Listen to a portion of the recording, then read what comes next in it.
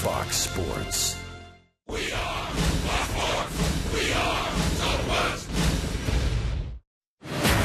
Your Rangers continue to battle through one setback after another.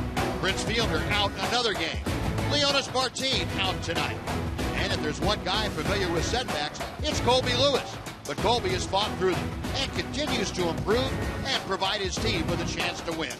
Tonight, it's division rival Seattle, and the beginning of a quick two-game set for the Mariners begins next on Fox Sports Southwest.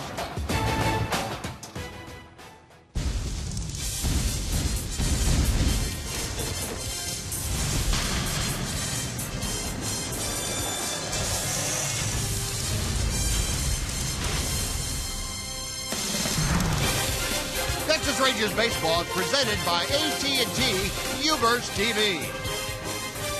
Well, it's a beautiful, warm, and very windy night here at Globe Life Park. Rangers hoping to blow up a storm against the Seattle Mariners as they take on their division rivals in the first of two. And welcome in, everyone, along with Tom Green, Steve Busby. Glad you could join us on this Tuesday night of Rangers baseball. And the Rangers are indeed chasing the Mariners in the standings. A half game separating the two. So the Rangers trying to catch up and pass the Mariners in these two games. They've got their veteran right-hander on the mound tonight, Tom, and Colby Lewis looks like every time out getting a little bit better. Yeah, he's not quite yet there, Buzz, but we're seeing glimpses, as you said, every time out. His last start was a nice start against Houston. He had a shutout start, pitched almost 6 innings, got into the 5th inning. He hasn't quite gotten to the point where he can throw 100 pitches and get through 7 innings like he has in the past. But the stuff looks good. He feels great. He's healthy. Just a matter of putting it together. And Colby facing an opponent that he's had a lot of experience against, so should be no unknowns tonight for the 34-year-old right-hander. Colby Lewis and the Rangers getting set to take on the Seattle Mariners, the first of a brief two-game set from Globe Life Park. Adrian Beltre and company getting ready to do battle here tonight. Starting lineups for the first pitch coming up right after this on Fox Sports Southwest.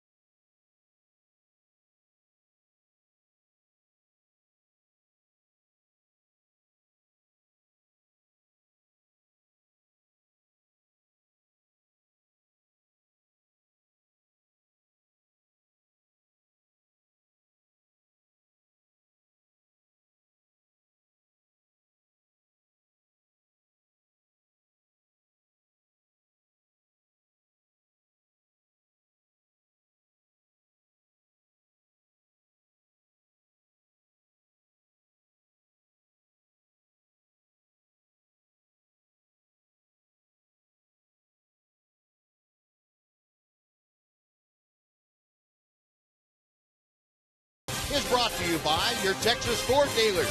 Take the EcoBoost Challenge to see why Ford is the best in Texas. By AT&T U-verse TV. Check availability at 1-800-PICK-ATT. Rethink possible. By the all-new Mazda 3 with seamless connectivity. And by Southwest Airlines. Find Southwest Airlines fares online only at southwest.com. Have a beautiful mid-May evening here at Globe Life Park. Colby Lewis manicuring the mound right in front of the pitching rubber as he gets ready to take his warm-up tosses. Before we get started, let's head down to the field. Emily Jones is waiting for us now. Well, Buzz, originally Prince Fielder was slated to be back in the lineup tonight after getting that shot in his neck. However, he did experience some just weakness in his shoulder when he got in the cage today. So just as a precautionary, they kept him out one more game. That means Mitch Moreland is in at first for the third straight game. And Mitch says he's starting to figure out how to adapt to his ever-changing role. I don't know. I mean, it's definitely been a different kind of year for me. Trying to move around and still be, ready to play. And, it's been a challenge, but, I've had fun with it and, tried to take the right mindset into it and be ready to go whenever my number was called. Obviously, most of Mitch's time has come at the DH spot, but of course, with the absence of Fielder, he's in at first. He's obviously played some left field as well. He's hitting pretty well over his last 19, .329. He says there is something to be said for that, playing good defense in the field, carrying over to the plate. So making the most of his playing time in the field right now, guys. All right, Emily, thank you. Good stuff. And as we talked about, glad to see Mitch Moreland in the lineup. Mariners batting order tonight. James Jones, rookie, leading things off. Michael Saunders is in right. Robinson Cano bats third. Justin Smoke is the cleanup hitter. Kyle Steger at third. The DH is Nick Franklin, just recalled from AAA. Dustin Ackley is in left. Mike Zavino catches. And Brad Miller bats ninth. He plays shortstop. And Colby Lewis getting set to deliver the first pitch of the night. And it's in at the knees for strike one to James Jones. Our Sonic scouting report for Colby. 3-2. He's had 6 starts this year. His ERA is a tick under 5. In his last start against the Astros, he pitched well, had 8 strikeouts. That was his season high through 6 starts. 20 career games against Seattle. A winning record, a solid ERA, and 4-1, .351 ERA at Globe Life Park against Seattle. 0-2 pitch to Jones. That is high and outside. It's 1 ball and 2 strikes. James Jones in 15 games with the Mariners this year, a .326 average. He has done a very good job hitting that leadoff spot since his recall from AAA. Going ground ball slowly hit Odor and throw it across his body. And a nice play by Rubner. Boy, he showed some quickness going after that ball like a cat. Jones runs pretty well down the line. He got jammed and just hit a little roller that barely got by the grass. Watch how quick Rubner gets to this ball, though. He goes a little bit towards second base, so he's got a better angle to throw it. Textbook play. Nice going. Outstanding play by Odor to get things underway here tonight. And with 1 out now, Michael Saunders will come up. Saunders getting the start in right field. Might want to tell you that Corey Hart has been put on the disabled list, the slugging DH outfielder for the Mariners. Nick Franklin called up to take his place. He's DHing tonight, but Michael Saunders getting some more work in the outfield. .263 the average. The pitch is a strike on the outside corner. Saunders, a couple of home runs. He has driven home 11 this year. Colby back to him and a chopper foul outside first. Lewis now with the advantage in the count and a ball and 2 strikes. Breeze coming in from right field directly over the big scoreboard out there toward home plate, about between 20 and 25 miles an hour at first pitch. 84 degrees tonight. Not a cloud in the sky on this evening of the 20th of May. 1-2 pitch. Call strike 3. Started to walk away.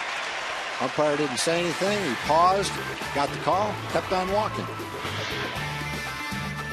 Colby Lewis with a punch out. 2 away. We'll take a look at the rest of the Ranger defense. Brought to you by Fred Loya Insurance. Outfield has Chu in left. Daniel Robertson starting in center field tonight. Alex Rios in right. You saw Borman at first and Odor at second. Elvis Andrus in short. Adrian Beltre at third. Robinson Chirinos is working with Colby Lewis tonight. Colby Lewis has set the first two Mariners down in order. And here is Robinson Cano. Cano batting at .318. And he has been on fire for the last 3 weeks to a month. He has just gone crazy. That average has come up some 40 points.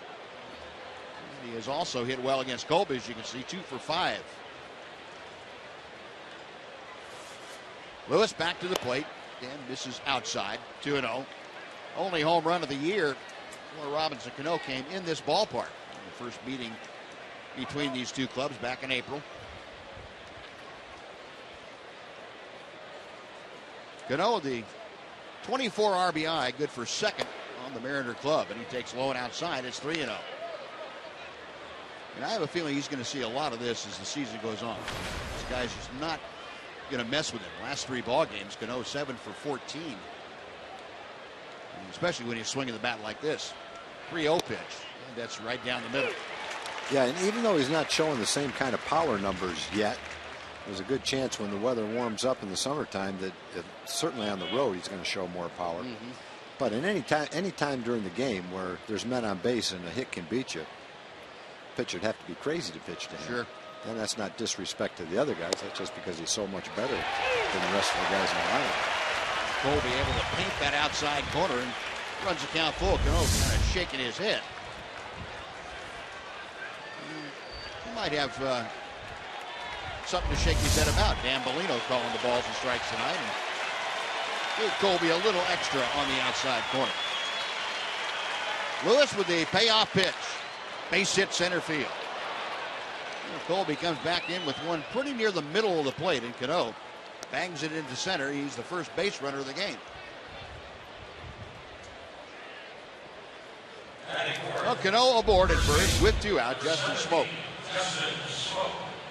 Yeah, and I think Colby can say on that pitch, he's not going to walk him. He's going to make you hit the ball. That you'll take a single on that pitch against Cano. Yep. That very easy could have ended up in the bullpen. Yeah. And, the other side of it is if he pulls it a little bit, it's ground ball to third, and everyone's sitting in the dugout right now. So he got a good pitch to hit. He hit it solidly, but it's only a single. Now with Cano at first, now Justin Smoke, the switch hitting first baseman, comes in and takes a strike on the outside corner. Smoke at 244 with 6 home runs. He is the team leader with 27 runs driven in, and he has lit up Colby, to be quite honest, at .545 average. Rangers in an overshift. Cano driven back by a Lewis toss. Elvis Andrus, the shortstop, well over in the first base side of second, and just on the outfield grass, Rougned Odor with the third baseman, Adrian Beltre, pretty close to a normal shortstop spot. No balls and a strike. Smoke, of course, originally a first-round pick by the Rangers. It's that breaking ball inside. Nice job by Robinson Chirinos. Go down and block that pitch that was just in the dirt. Let's take a look at our Lowe's Never Stop Improving features. Robinson Chirinos this year has thrown out 12 of 22 runners attempting to steal. And from 2011 to 2013, threw out just 2 of 23. Wow. That pretty much tells you what we've been talking about, Buzz, how Benji Molina's been doing a job working with him. And he can't get the handle on this as Cano had a huge jump and steals second uncontested. He was going to have a hard time even if he got a good pitch to throw on, but he got an off-speed pitch down. He knew he had to be quick, so it was going to take a tough catch and transfer to be able to throw that. You can see him shift his feet to throw, and the ball's to his right, down low, and he just wasn't able to catch it because he had to catch it quickly and try to throw it. Well, Cano in scoring position now, 2-1 the count to Smoke. And he hits one off the end of the bat out toward Odor. A little sidearm flip on to Moreland, and that'll do it. Well, Cano single and a stolen base, but he's stranded at second. We're going to the bottom of the first. The Mariners nothing, the Rangers coming up on Fox Sports Southwest.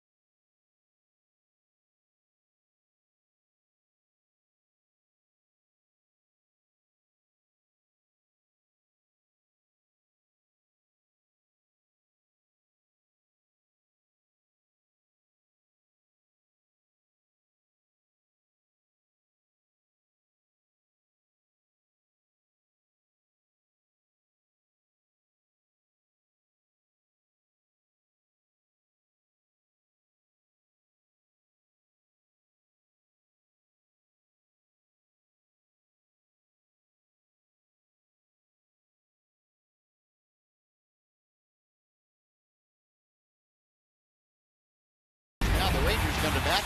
And here's the Southwest Airlines Texas Rangers starting lineup. Daniel Robertson, center fielder, leads off. He's followed by Elvis Andrus, and then the left fielder, Shin-Soo Choo.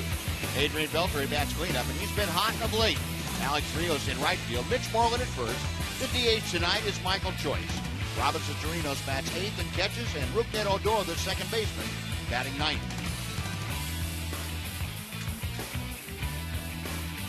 That lineup facing the 33-year-old Hisashi Iwakuma. We'll check the Sonic scouting report for the outstanding right-handed starter for Seattle tonight. And he is an outstanding starter.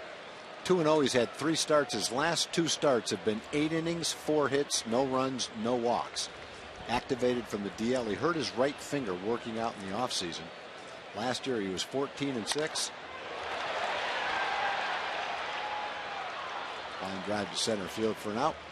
Had an outstanding ERA, 2.66. That was the 3rd best in the league, and made the All-Star team. He is a top-notch starter with a sneaky fastball, a good slider, and a good split finger pitch. I guess Buzz will have to see if the finger injury affects his split finger pitch. Doesn't look like it's having too much of a problem for him, being too much of a problem for him right now. Yeah, considering he's working on 16 consecutive scoreless innings, I would say must be working. Yeah, must be okay. Now Robertson lines the center for the first out. Now here's Elvis hitting at 247. Elvis with a home run and 9 driven in. And he takes strike 1 from Iwakuma. Andrus had himself going in the right direction with the average once he moved back into that number 2 spot. Outside, pretty good breaking ball. He's hitting well over 300. Moved back to the number 2 spot the 9th of May. So it's been 11 days ago. And since then, a 316 hitter. But he's just 1 for his last 12. And Ron Washington, I think, satisfied with the progress that Elvis made up there to not consider moving him out, especially with the other injuries that the Rangers have had to endure. I think Wash and Tim Bogart are looking for a little stability in that lineup wherever they can find it. 1-2, the count to Elvis. Now 2-2. Iwakuma has good tailing action on his fastballs, not overpowering as far as velocity goes. But when you combine it with a very good slider and a very good split-fingered pitch, the combination is very, very effective. Got him on the fist and a ground ball to short. Brad Miller gets rid of it quickly. And that is out number 2. We'll take a look at the rest of the Mariner defense behind Iwakuma here tonight. He come in 10th in the American League. You have Ackley in left. Jones in center, Saunders in right, Smokers at first, Cano and Miller up the middle. Seager's the third baseman, Mike Zunino is catching. Mariners 10th place standing in the American League as far as fielding is concerned. 29 errors. That compares with the Rangers' 32 errors. Here is Shin-Soo Choo, and he takes a strike to the outer edge. The tailing action on his fastball is very noticeable. You could definitely see it when he ran the ball in and hit Elvis off the hands, jammed him. Took a little off that, had it working its way down and away from Choo. 1 ball and 1 strike. Seattle people have said he's thrown a few more sliders now than split finger pitches, and maybe that's a concession to his finger injury, not wanting to aggravate it.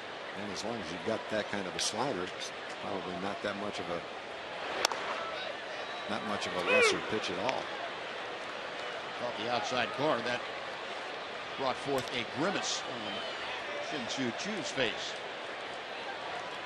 A ball and 2 strikes. Toward right center field. In a hurry is Saunders. With good speed, he dives and makes the catch. Michael Saunders, a very fast outfielder, also very tall and lanky, and he needed all those attributes to grab that shot off the bat of Choo. Rangers gone in order. We'll move to the second at Globe Life Park. Rangers nothing, Mariners nothing on Fox Sports Southwest.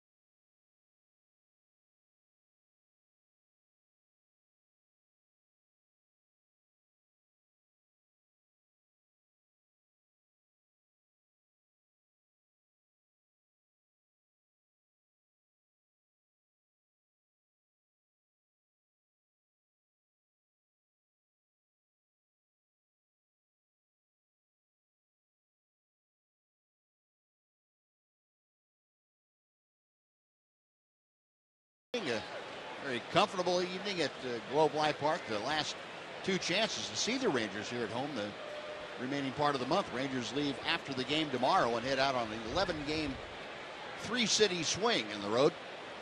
Kyle Seager starting off, and first ball swinging, slices it deep down the line and left. It is slicing and going foul. Boy, there's a good sign, Buzz. Seager didn't catch the foul line. Yeah, finally.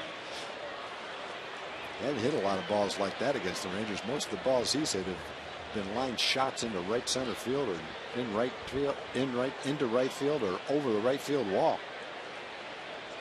Home run he hit in Seattle was just a killer. Rangers had a nice lead in that ball game. He hit a 3-run homer to just completely turn that game around and win it for Seattle. That one hurt. .429 average against Colby Lewis in his career. 6 out of 14. He's down on the count here. No balls and a strike. Lewis back to the plate in a bunt this time.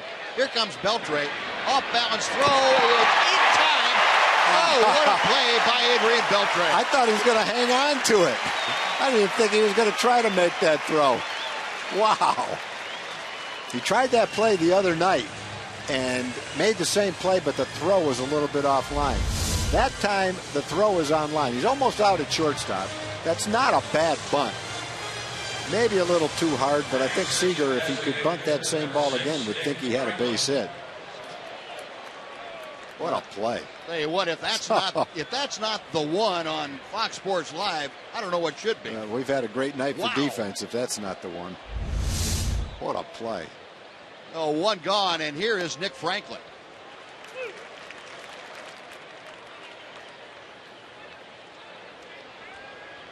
Adrian getting a little bit from the guys with his former team over there from the Mariners dugout. Franklin, a little looper into center field. Robertson coming in a hurry, but he'll have to stop and play it on a hop.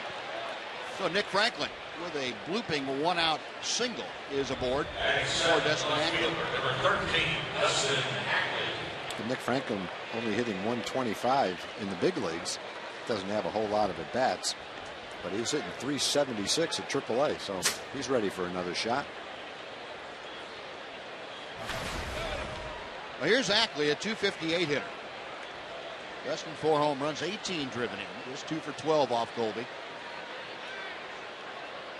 Rangers maybe a step to the right against the left-handed hitting Ackley. The first ball swinging, it's out of play to the left. Rangers would love to turn that double play and say sayonara to the Mariners here in the second inning. Well, Colby'd like to get some quick outs too, so he can pitch more than get into the sixth inning, pitch more than and finish the sixth inning, I should say. Hasn't finished 6 innings yet. It's come close almost every time out. Hasn't quite been able to get there. Stuck on 5 1/3, 5 2/3, and yeah, it's not a terrible place to be stuck, but I know Colby would like to get stuck somewhere between 7 and 8. Yeah, there you go. A ball and a strike, the count to Ackley. Getting out of that open stance against Colby. Inside, snap go to first. Back easily is Franklin. 2-1 now.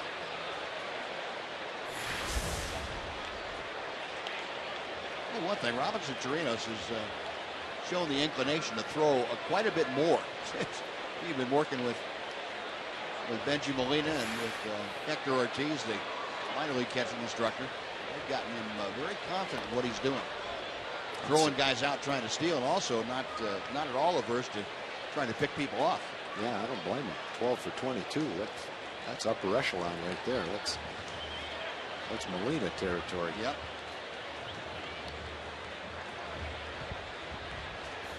Robinson checking in with the Ranger bench to see what they might have in mind. 2-1 the count. Line drive, base hit to left field. Cut it off is Chu. Going to third now is Franklin. The throw, they got it. Right to the bag. Adrian Beltre waiting there, and Shin-Soo Chu caught a Nick Franklin mistake as Franklin looked like he was going to stop at second, trying to set Chu up. And Shin-Soo was having nothing to do with it. He just fired a one-hop strike to Beltre. Yeah, I think a lot of times you can do that to an outfielder. You make the outfielder feel like you're not going, and he lets up on his throw a little bit. But Chu didn't fall for it and made a beautiful throw. That's best throw he's made this year. Strong, easy to handle for Adrian, and right on the money. That's a big out for the Rangers right there. Well, 2 outs now, and on the play, Ackley went into second base. Now here's the catcher, Mike Zunino. He takes strike 1 from Colby. Zunino has a home run against Colby Lewis. That was the first matchup back in April. 246 overall, and he's tied for the Mariner team lead with 6 home runs. Lewis a check a second. The 0-1 is on the outside corner. Great angle to see that throw. Adrian backpedaling to get back to the bag, slapping the tag on. DJ Rayburn right there to slap the out call on to Franklin. 0-2 pitch. Just did get a piece of it. Zunino staying alive. Well, the Mariners with 3 hits against Colby Lewis. The league is hitting over 340 against Colby so far this year, but Colby, for the most part, able to limit any damage that's been done. And chance here to get out of a 2-hit inning with nothing on the board. Just inside. Chirinos started to hop up to take off to the dugout, and that wasn't going to happen. Dan Bellino said, nope, stay right here. A 1-2 now, the count to Zunino. Got him on the fist. Colby coming right back inside, and Zunino able to foul it off.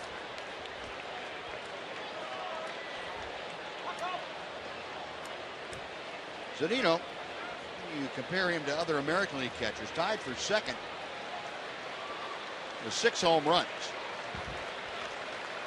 He has 6 home runs in just 130 plate appearances this year after hitting 5 in almost 200 plate appearances last year. Another 1-2 pitch. Got him swinging. Went up the ladder. Zunino couldn't climb that high, and Lewis gets his second strikeout. 4 runs, 2 hits, 1 left. 1.5 in the books. Rangers nothing, Mariners nothing.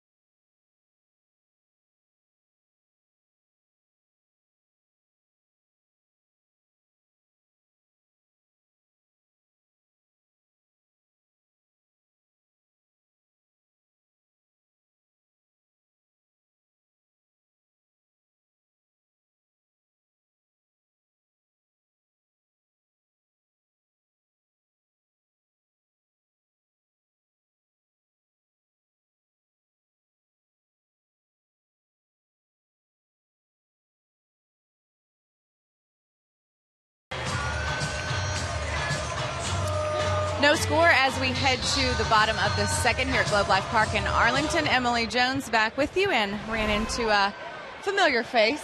Cliff Kingsbury, the head coach of the Texas Tech Red Raiders. It's university days this season at the ballpark. Texas Tech kicking things off. Just talk about your desire to be a part of this, Cliff. Yeah, anytime we can get out and spread the word at Texas Tech, we're going to do that. So very thankful with the Rangers to host this, and it's been a great night. I know you're an offensive guy, but you've got to appreciate the defense on display tonight. Yeah, incredible catch earlier, and this is the first Rangers game I've been to at this park, so I'm really enjoying it. Grow up an Astros fan, being from New Braunfels? Yeah, Lance Berkman is from my hometown, so always followed him, but we're always pull for Texas teams. And there we go, on cue. You talked about offense, Emily, and credit Cliff for that one. 1-0 Rangers.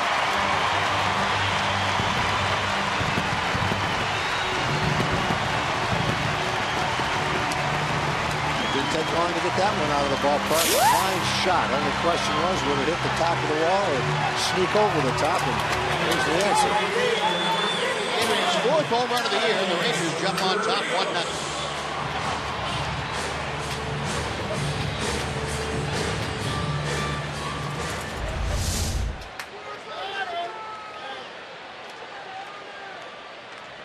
Trying to throw that ball away. It tailed in on the inside part of the plate. Adrian wasn't jammed on that one. He was ready for it.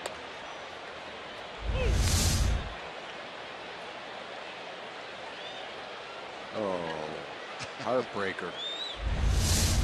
Got a kid out there with a Ranger hat and a Beltre shirt on and a glove in his hand. Had a Beltre souvenir. Couldn't come up with it.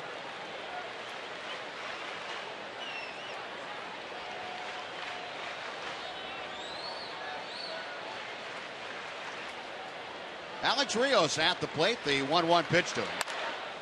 Chop to third. Seager cuts it off. Across the diamond for out number 1. Emily? Yeah, a fantastic interruption there. I think Adrian heard Cliff talking about Lance Berkman. He decided to crank one out.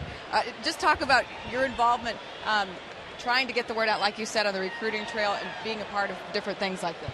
Yeah, you know, that's part of the gig, is going around, especially where we're at out in Lubbock. You want to come to GFW area. It's probably our biggest alumni base, and anytime we bring tech here, it's great for our program. Adrian Beltre, who just hit that one out, he could probably play a position for you. Where do you think you'd put him? He looks kind of inside linebacker. Seems like a tough guy, kind of squatty, but lots of power. Yeah, and I know Elvis is a guy that you follow. Where do you think you could use him? Yeah, I see him inside receiver. He's really smooth, able to get open in the zones, and that's kind of our glory position there at Tech. Mitch Moreland here with the single. Or use him on the defensive side of the ball, don't you think? Yeah. Tight end. He's got good hands. Maybe a tight end. He looks very skilled. I heard he pitched the other night, so he can kind of do it all. And then, Cliff, too, just talk about your style. Ron Washington here in Texas has a style of being known as a laid-back player's coach. I know you like to have some fun with your guys, be businesslike, but also to keep it loose. Just talk about your coaching style. Yeah, I really like Coach Washington. I've heard some of his speeches, and he's always positive, lots of positive reinforcement, and that's kind of the approach I live by. It's these are young kids we're working with, and you want them to enjoy it. They're not getting paid yet, so we want them to have a positive experience. Cliff, thanks for the time. We hope you enjoy the game. Thanks for having me. Thanks for being the good luck charm for Adrian Beltre's homer, guys. All right, yeah. Red Raider heaven down there. That's good. Like that. You notice Cliff said he's not getting paid yet. Yeah, not yet. Yeah. Waiting on the folks in Northwestern. I'm not sure if he's talking about going pro or what might happen in college. A double play chopper that Cano tags Moreland going by and throws out Joyce, and that'll do it for the Rangers. But Adrian Beltre with his 4th home run of the year gets him on the board. A run on 2 hits.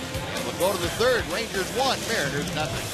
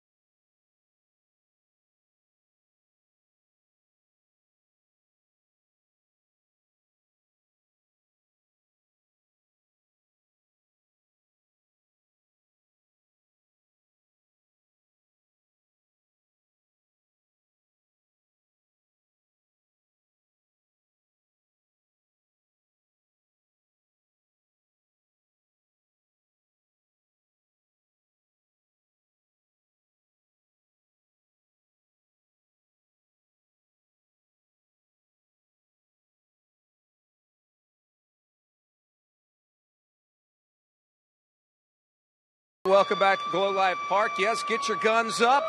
Red Raider night, as Emily just said. Jim Knox here, and we're talking about Community Corner right now. And what a Sunday for the Park Place dealership. Texas Rangers triple play. They raised $725,000. That's a record number for the organization. The money goes to the Texas Rangers Baseball Foundation. Players took part in game shows, the rookie sing-along. It was a big old night, $725,000 record night. And the Texas Rangers would like to thank you for being a part of that. They just talked to Cliff Kingsbury. Emily just talked to him. He's down on the front row. You guys, can we get you down there? No, I'm just kidding. Stay in the cheap seats. You're all right here. You're in the cheap seats right here. We can't go anywhere. All right, enjoy the night, guys.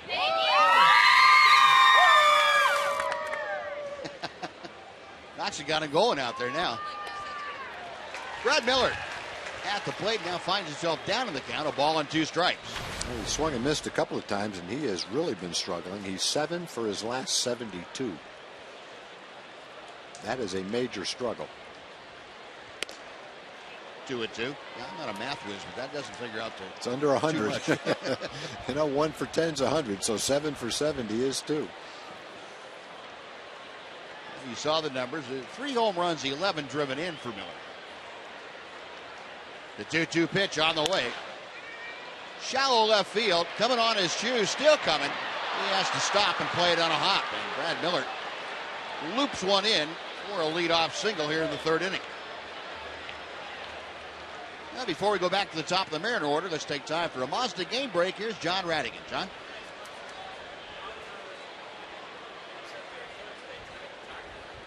Center fielder James Jones.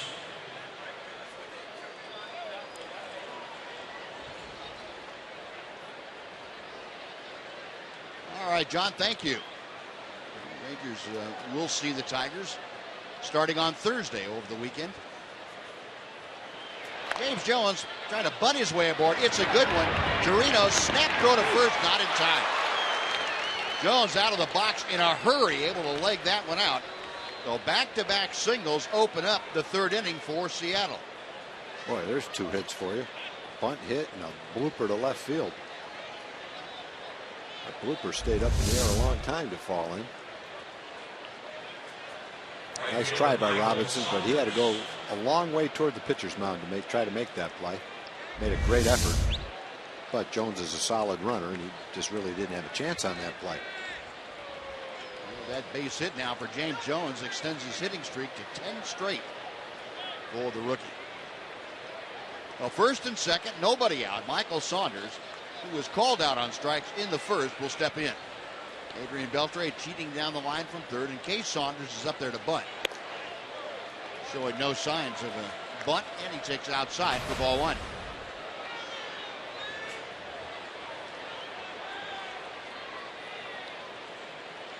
Mariners with 5 hits.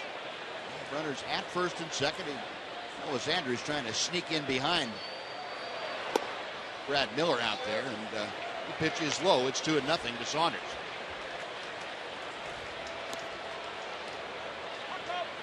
Saunders, a modest 3-game hitting streak coming into play tonight, but he had a great series in Minnesota over the weekend for the Mariners.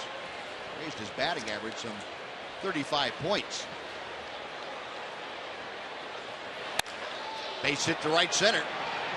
Being waved around 3rd, coming in to score is Miller. On his way to 3rd is Jones. And 3 consecutive hits greet Colby Lewis here in the 3rd. The Mariners have tied it up. And they have runners at the corners with nobody out in this 1-1 ball game. Second baseman Robinson. Well, Saunders drives in his 12th run of the year.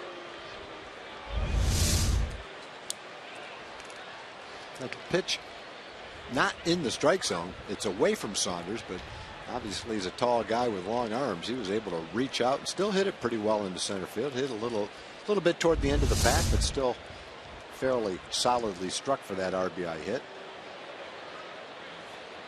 Oh, blooper and the bunt set up at least 1 run. And now you've worked yourself to a very tough spot because you really don't have a chance to work around Cano. You've got to pitch to him, see if you can get him to roll over on one, maybe get a double play out of it. Cano had a base hit to center his first time. Colby starts him off with strike 1. Well, Cano now hitting at .322. He has Jones at 3rd base, Saunders at 1st. So good speed on the base paths, good speed at the plate for Seattle. They've come back to tie this ball game at 1 apiece. Colby okays the sign of checking the runners. Hangs one outside, 1-1. Cano, 80% of the time this year, has been able to get that runner home from third with less than 2 out. James Jones, in this case, is the runner at third. Lewis checks him. And misses just off the plate. 2 balls and a strike. That was one that Colby really wanted to strike to Cano. Put him in the driver's seat in our Steel pitch tracker. Showing he didn't miss by much, but just enough. Ranger right-hander is ready in the 2-1 pitch. 3 balls and a strike. Cano hitting in the number 3 slot. He'll be followed by Justin Smoak, the first baseman.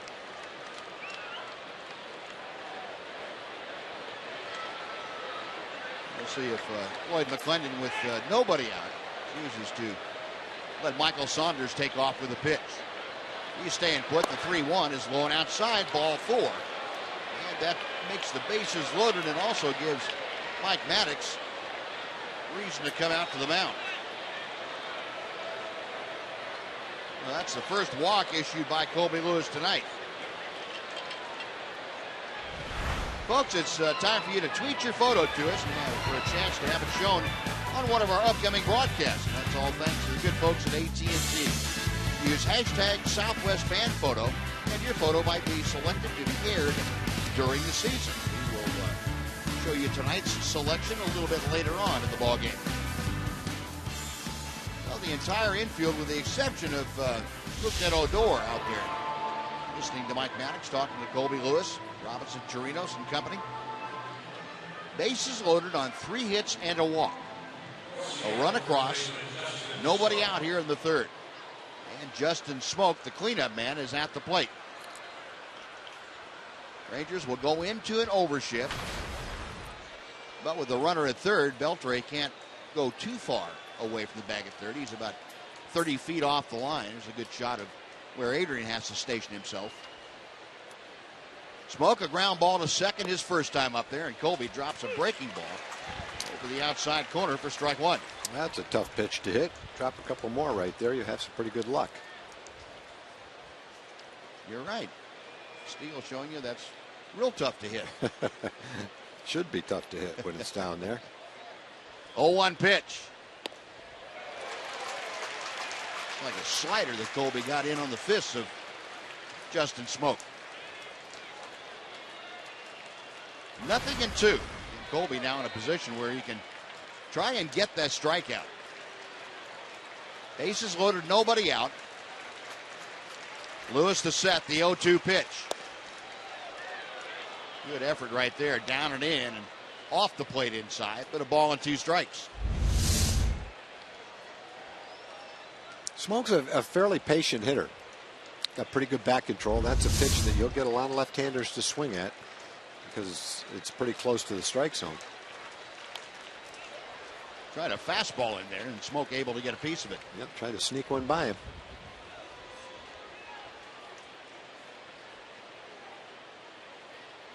Smoak this year, the team leader with 27 runs driven in. Well, Colby's got his work cut out for him here. A 1-1 game with nobody out, and the bases loaded in the top of the third. Colby working from the stretch, and the pitch. Well, that was a great pitch by Colby Lewis, and I don't know how Smoak made contact with that, but he did just enough to spoil it.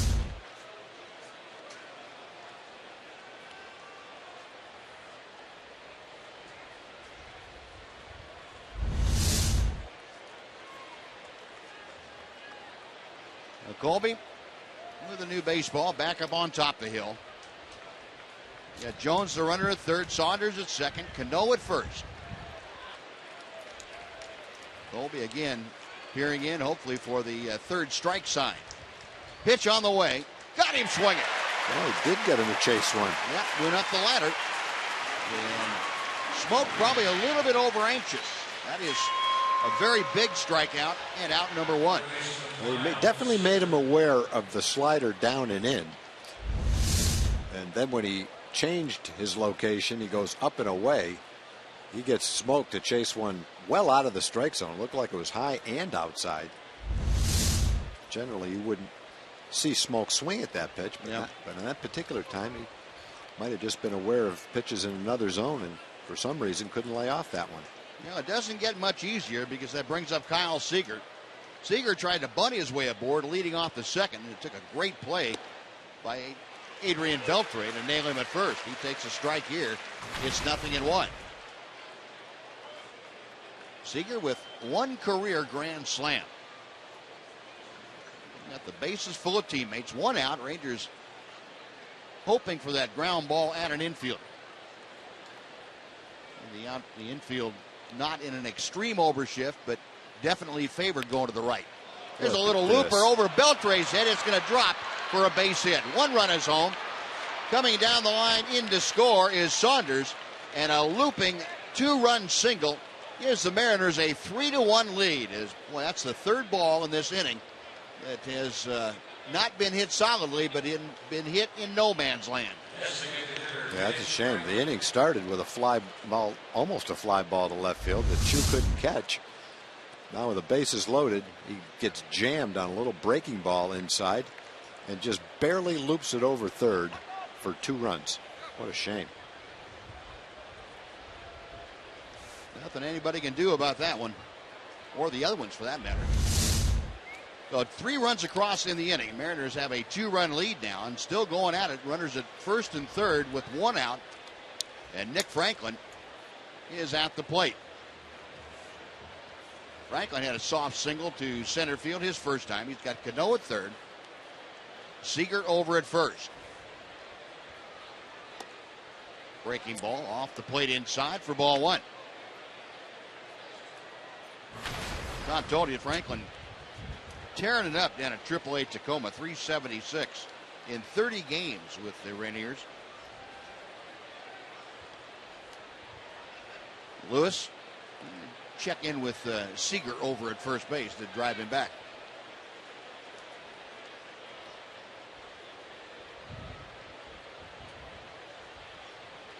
Colby ready to throw his 24th pitch of the inning. Right-hander sets, and the 1-0. To left field, it'll be plenty deep enough as Chu is going back, but he has a play on it right at the edge of the warning track. Tagging at third, coming in to score is Cano, and the sacrifice fly from Nick Franklin makes it a 4-run inning, and the Mariners leading 4-1. It's probably the best hit ball of the inning.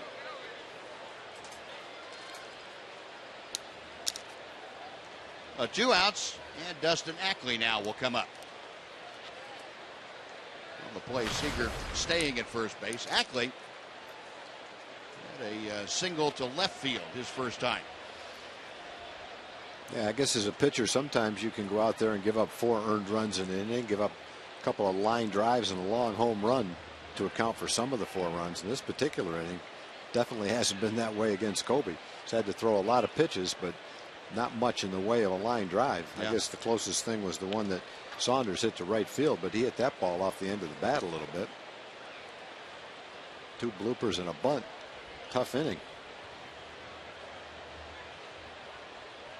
Ackley batting at .264 as he awaits the offering from Colby Lewis. This one hit pretty well, but right at Odor. There's the hardest one right there.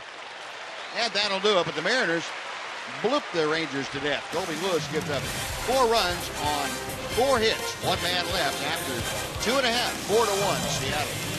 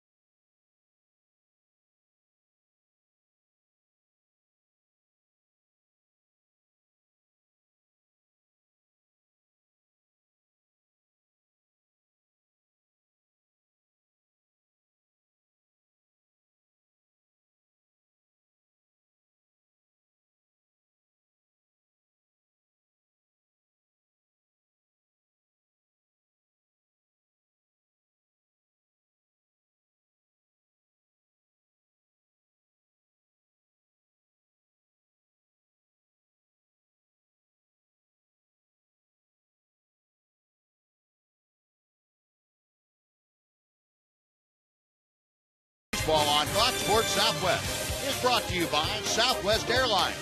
Find Southwest Airlines fares online only at southwest.com. The Mariners answered the Ranger run with 4 of their own. So 4-1 Seattle as Robinson Chirinos starts things off in the Ranger third. It'll be Chirinos, Odor, and Robertson to face Masashi Iwakuma. He throws strike 1. Chirinos, a .212 hitter, a couple of home runs, 8 driven in. Iwakuma's next pitch, a bunt. And Iwakuma fields, throws, and gets it.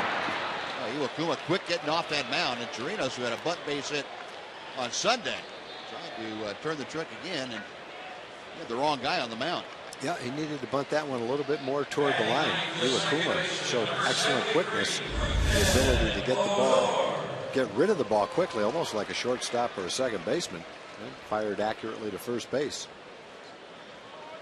Occasionally a pitcher will go after a bunt and look a little clumsy, but Iwakuma looked like another infielder on that play. It was a nice play. Well, 1 out, base is empty. Here is Rougned Odor hitting at an even 200. He's 5 for 25. The first pitch from Iwakuma way inside all the way to the backstop.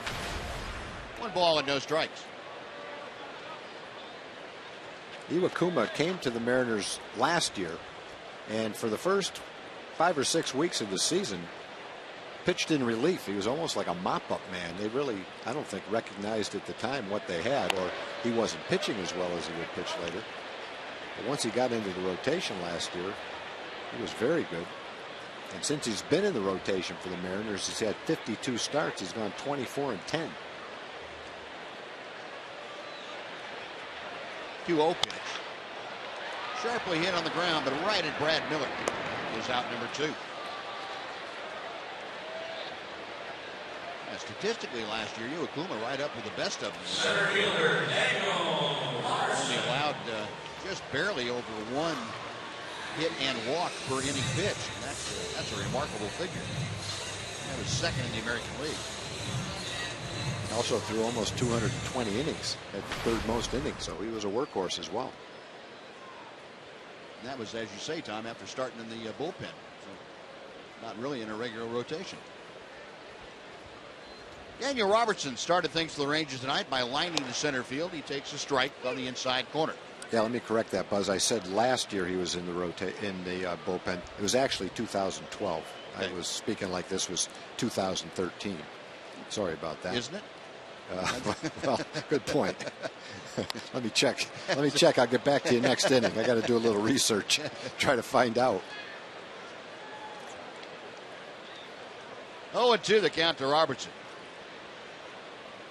Daniel caught up over the weekend. Rangers had sent Miles Michaelis back to AAA, or designated him actually for assignment. Needed an extra position player. And it was Robertson that they chose, and he takes low and outside. 1 ball and 2 strikes. Daniel in his 2nd tour of duty with the Rangers. Danny was actually one of the stars of the rookie song at the gala the other night. Dancing and singing. He was actually quite good. You say that advisedly, right? Well, grading on a curve, I guess. But I'll say this: they were definitely game for the opportunity. They all dressed up as women and danced and sang. They were enthusiastic. They did a superb job. Yep. All the rookies. They were the stars of the show. Some of them actually looked frighteningly like female pop stars. I'm not sure which concert you've been watching, but that's okay. It's fouled back, still 2-2. Well, they definitely had an effect on Emily Jones, who was one of the MCs of the function. Can you say hi? I know she's listening to me, too. I'm just waiting to see if she wants to chime in or not. Those images will be forever. Forever. I knew you were there. Mind. I knew you were there. Something about Luis Sardinas that I couldn't quite get past. They were all great sports, though. Were you guys familiar with the song that they sang? I've heard it before. Yeah? Yeah. I wouldn't want to try to sing it. No. I definitely wouldn't want to try to dress up like that. Buzz? That's not on my phone. No, not on the playlist? No. It's Call Me I can Maybe put it on by there. Carly Rae Jepsen. It's what? I'm sorry? Call Me Maybe. Call Me Maybe. Yeah. I'll go out and get that from iTunes right after the game. Yes. Yeah. Does that mean like maybe call me up sometime, like, or call me maybe? I want my name to be maybe? No. I think it means give me a holler. Oh, okay. Tom, Give me a holler. Call me maybe. Okay. Yeah. You know, those kind of things confuse people that aren't in the you guys younger learn generation. Learn something new from me every day. Or maybe every other day. No, I'd go with every day. Every day that we're home. Well, I'm just glad we're talking about Carly Rae Jepsen and not Justin Bieber. Justin Bieber? Like that. We can get back to that if you'd like to. You know what? I will never live that down. The drive to right field. Saunders coming on. And makes the catch, and the Rangers just hit the ball too hard. So that'll do it. 3 up, 3 down. And we'll go to the 4th inning. It remains the Mariners 4 and the Rangers 1 on Fox Sports Southwest.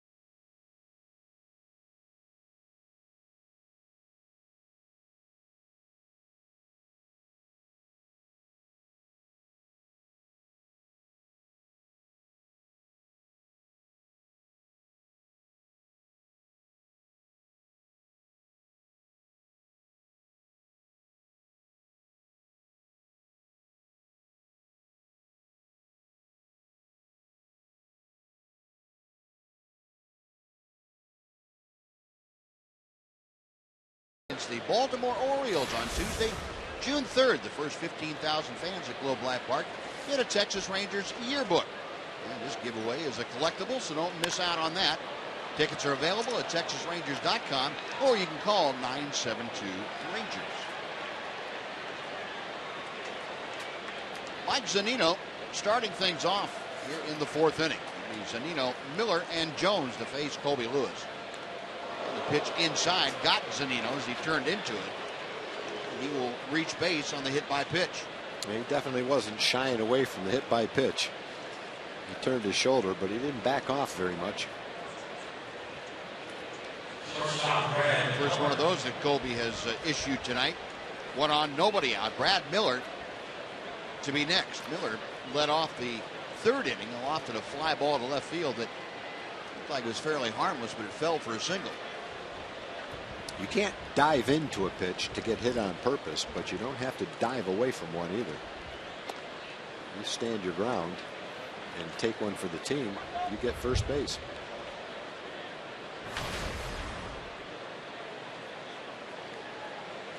Cesar Tovar used to turn his shoulder like Zunino just did, and at the same time lean a couple inches toward the ball to try to get hit. Most of the time, if he did get hit, he got that call.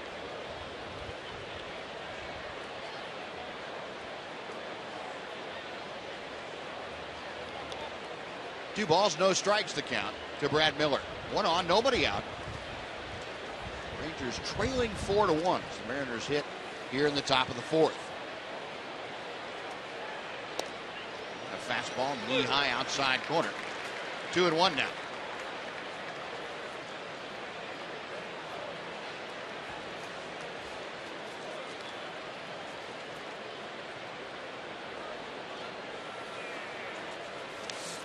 Colby Lewis okays the sign. The right-hander sets a check of first. The 2-1 pitch. The belt high fastball, 2-2. Brad Miller noted mostly for his defense, at least coming into this year, but even his defense has suffered a bit. He's committed 8 errors, most of them coming in the last 15 games. That pitch in the dirt, and Chirinos a great job of keeping that from going to the backstop. That's a full count.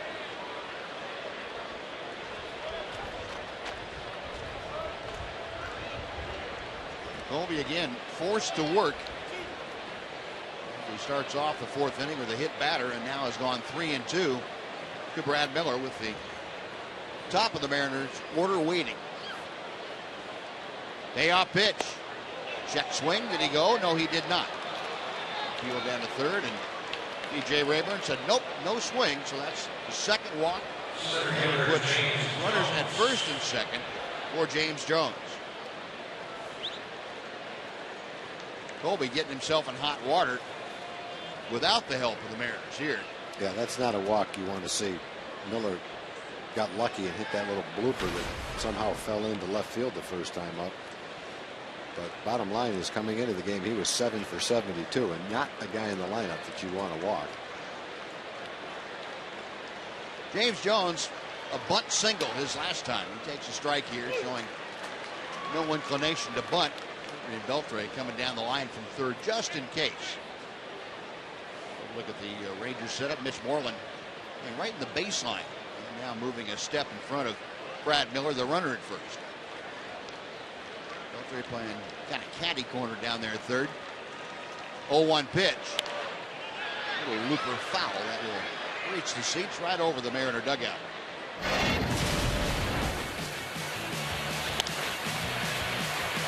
There's that little looper you were talking about, Don, with Brad Miller and the bunt following up. I think if Chu had to do that over again, he might just keep coming, and if he had to dive for that ball. It wasn't going to roll away very far. It was just like a little chip shot to the green. This one's popped up. Not this time. No, he'll be arranging there to catch it. Infield fly rule in effect as Beltre handles it. Jones is retired for the first out, and now Michael Saunders will come up. That was hit high enough that Adrian had time to get back there. Yep, almost the same spot that Seager looped his little chip shot in. Wasn't quite as high as that, and Adrian obviously didn't have time to get back and catch that one. Michael Saunders, a single and a strikeout tonight. A single and a run scored in that 4-run third for Seattle. So the average for Saunders now at 268. He's got Zunino at second, Brad Miller at first, and Colby's first pitch to him. Hit well to left field. But with the play going back is Chu. He makes the catch, and everybody stays put. That's out number 2. Colby, after the hit batter and a walk, able to get the next 2 hitters, but now he's got to deal with Robinson Cano. Cano 1 for 1, a single in the first, and Colby being very, very careful with him in the third, walked him. He came around to score the last run of that uprising.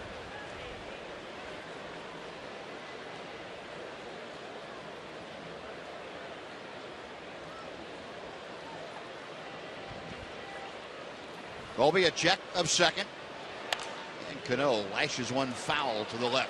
It is 0-1.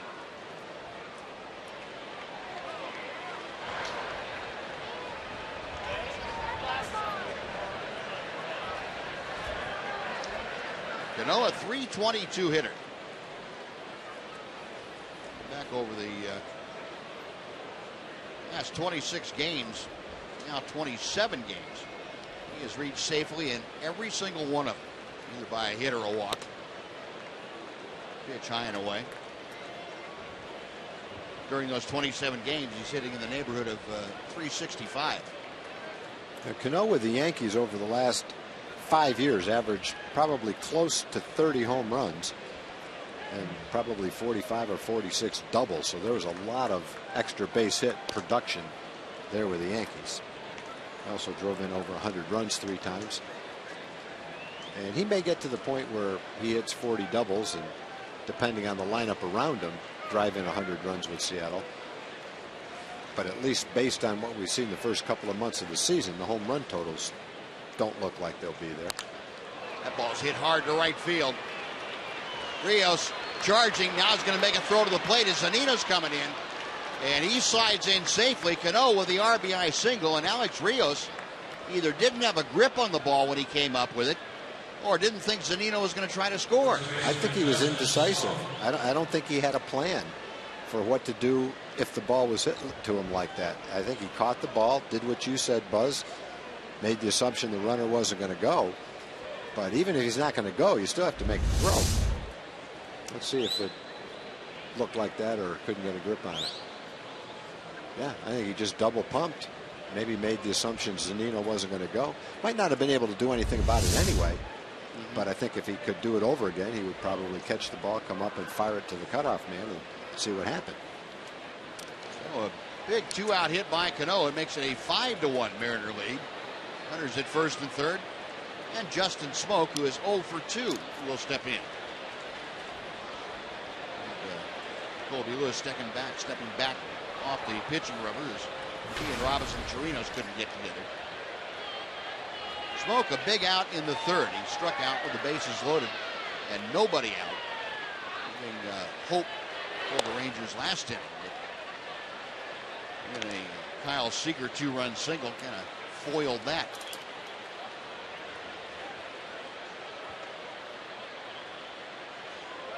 Down at third base, you have Brad Miller. Over at first, after the RBI single, Robinson Cano. Cano now at 25 runs driven in.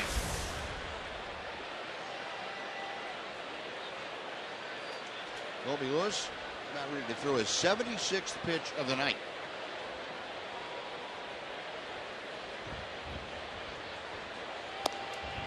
And just misses the outside corner. It's 2-0.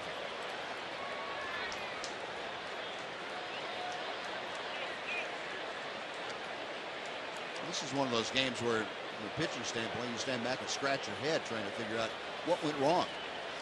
And it's hard to figure out sometimes. Yeah, it's just a little bit of everything. They really haven't pounded them today. But they've had a lot of base runners and a couple of bloopers, a bunt. And then, as you said, Buzz, to start this inning, Colby hurt himself at the 8th and 9th place hitters. He hit Zunino after striking him out the first time, and then walked Brad Miller, who came into the game 7 for 72. So that kind of started this inning. Cano put a great swing on a curveball and hit a rocket into right field. And that's the 20th pitch of this inning. So Colby, the last 2 innings, really forced to use a lot of pitches. He's fallen behind 3-1 to Justin Smoke. If Smoke extends the inning, Kyle Seager waits in the on-deck circle. Lewis ready, the 3-1. Ball 4, that loads him up. Second walk of the inning, third walk of the game. And again, Mike Maddox headed out for the mound.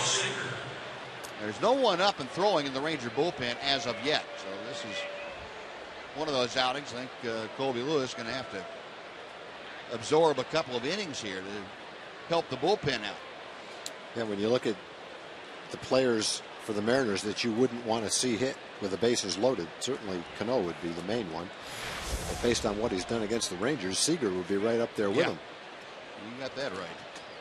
And now with the bases loaded, he drove in a couple of runs the last time up with that little blooper over Adrian's head. This time they'll be looking to have him hit one hard, but right at somebody and get a double play. Try to get out of this inning with only 1 run being scored. Tall order, the way Seager is hit against the Rangers, though. Now Seager coming into play tonight, a .322 lifetime hitter against the Rangers, but that's both in Seattle and here. He's hitting in the neighborhood of .360 in this ballpark. He's 1 for 2 tonight with a 2-run single. Season average, you might as well throw that right out the window when he's playing against the Rangers. It's only 228, but 6 home runs, 25 runs driven in. He's got the bases full of Mariner teammates. Colby, a belt high set, and the first pitch to him. Just outside for ball 1.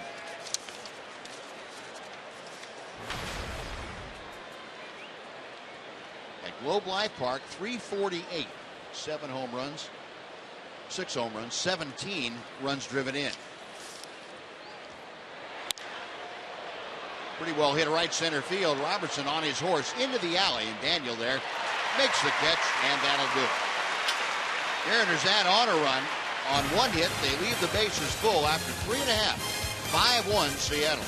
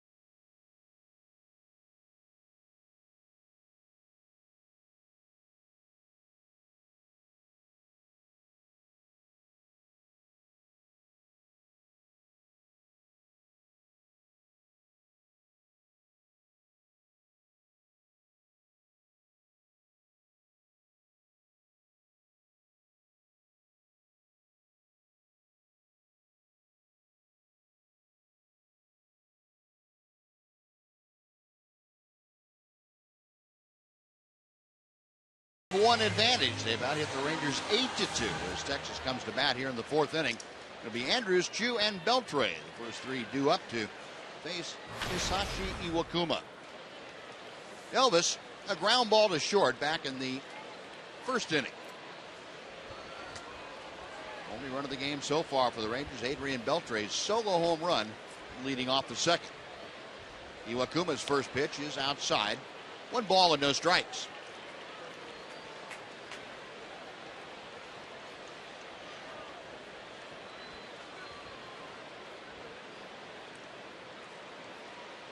Next pitch from the right-hander.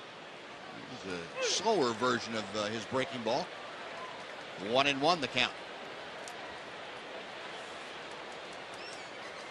Iwakuma, former the equivalent of the Cy Young Award over in Japan. A little bit low. 2-1. 24 victories in 1 season, and was a multi-year All-Star before coming over with Seattle. 2-1 pitch. Now 3-1. So Elvis bidding to get aboard and start a rally for the Rangers here in the 4th. Shin-Soo Choo is waiting in the on-deck circle. Well, if he does walk, it will only be the 2nd walk for Iwakuma all season long. He's had 15 strikeouts, 1 walk, and over 25 innings pitch, and there's the walk. There it is. Boy, got a 5-1 lead, and he throws Elvis a 3-1 slider. I guess he felt confident he could throw that for a strike.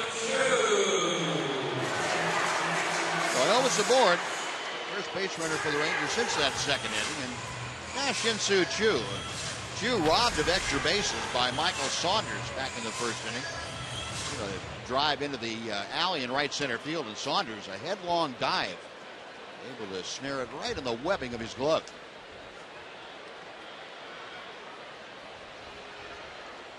Choo hitting at .309 as Iwakuma checks Andrews at first.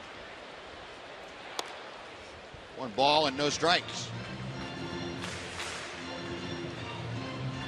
mentioned. Jew, over the years, sorry, Tom. Go ahead, Buzz. Go ahead. Say, folks, he's almost a 300 hitter against the Mariners, 299 in his career against the team that Shin-Soo Choo originally came to the major leagues with.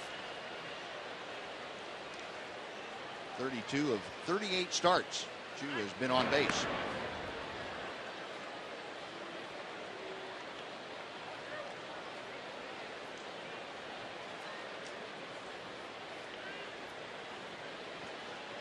Choo, of course,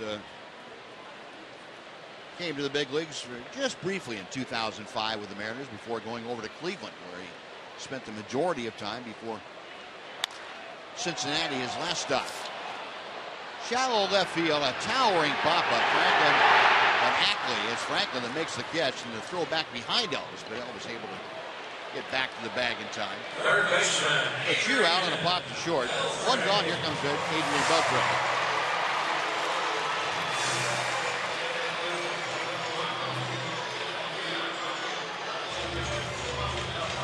Beltre lined his 4th home run of the year. Into the first roll in left field his last time up.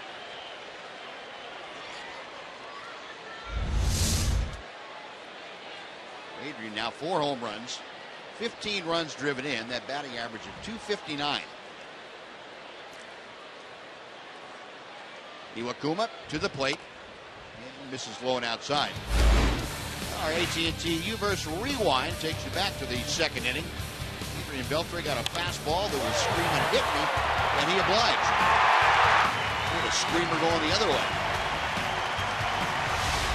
I think that even had a little topspin on it going out there. I was worried he was going to hook down and catch the fence instead of sneaking out into the front row. Chopper slowly hit down the third baseline. A fair ball. Seager double clutches and then can't get it. Right over the bag, and Seager looked like he might have had trouble getting a grip on the ball, and that's going to be a base hit for Adrian Beltre. Runners at first and second for Alex Rios. Well, Adrian's not known for infield hits, but that was a relatively tough chance for Seager. Not sure why he double clutched, whether he thought it was going to be foul or whether he just couldn't get a good grip on the ball. But it is an infield hit for Adrian. A walk and an infield hit. Maybe that'll set up a multi-run inning for the Rangers. Let's take a look at it. I don't think he had a grip on the ball when he went to throw it.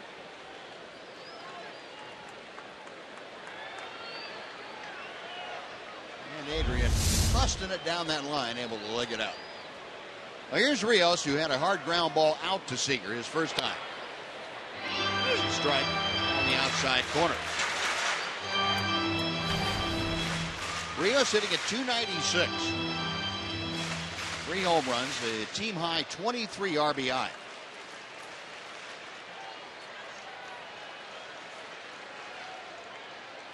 Andrus the lead from second, Beltre away from first. The 0-1 pitch. To left center field.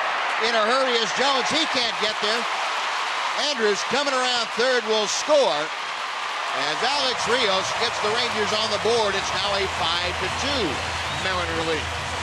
Well, that's what you hope for. Mariners had a rally start in a similar fashion with a blooper and a bunt. They had another one start with a hit by pitch and a walk. So the Rangers start this rally with a walk, 1 out, an infield hit, and now a good pitch to hit. Looked like a slider that just spun near the middle of the plate. Well hit ball to center field. Thought for a minute Jones might be able to catch it, but he couldn't get to it.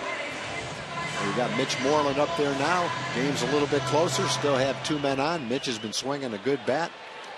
Last time up, Mitch looked like he made a real effort to go the other way with the ball and hit a line drive to left field. Sure did. Still got a big hole to shoot at right here.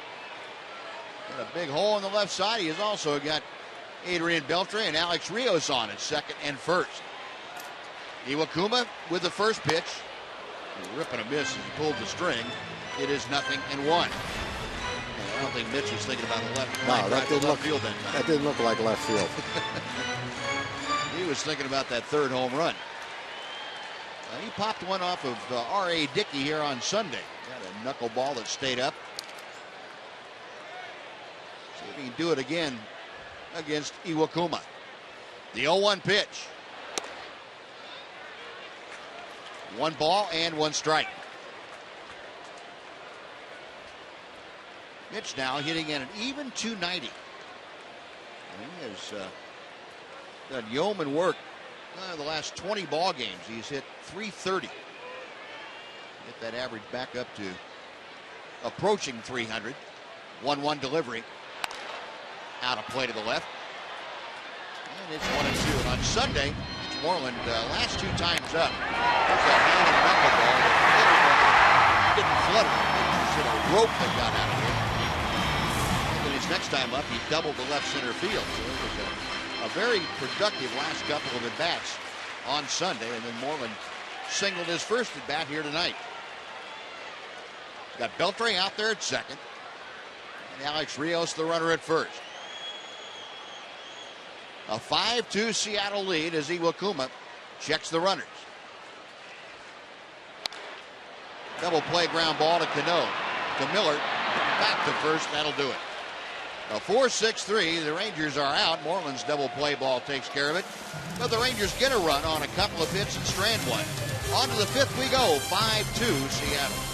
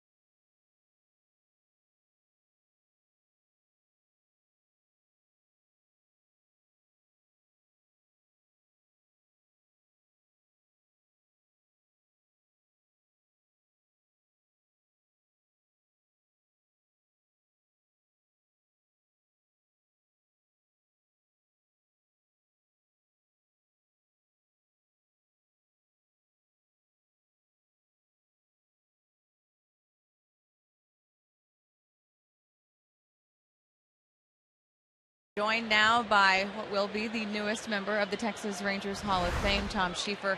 First of all, congratulations. How excited were you when you heard the news? I was surprised, and I was really excited. I mean, it's just a great honor. And I got to tell you, when I played second base in Little League, I didn't ever think I'd make any Hall of Fame. So under any circumstance, I'm glad to be here.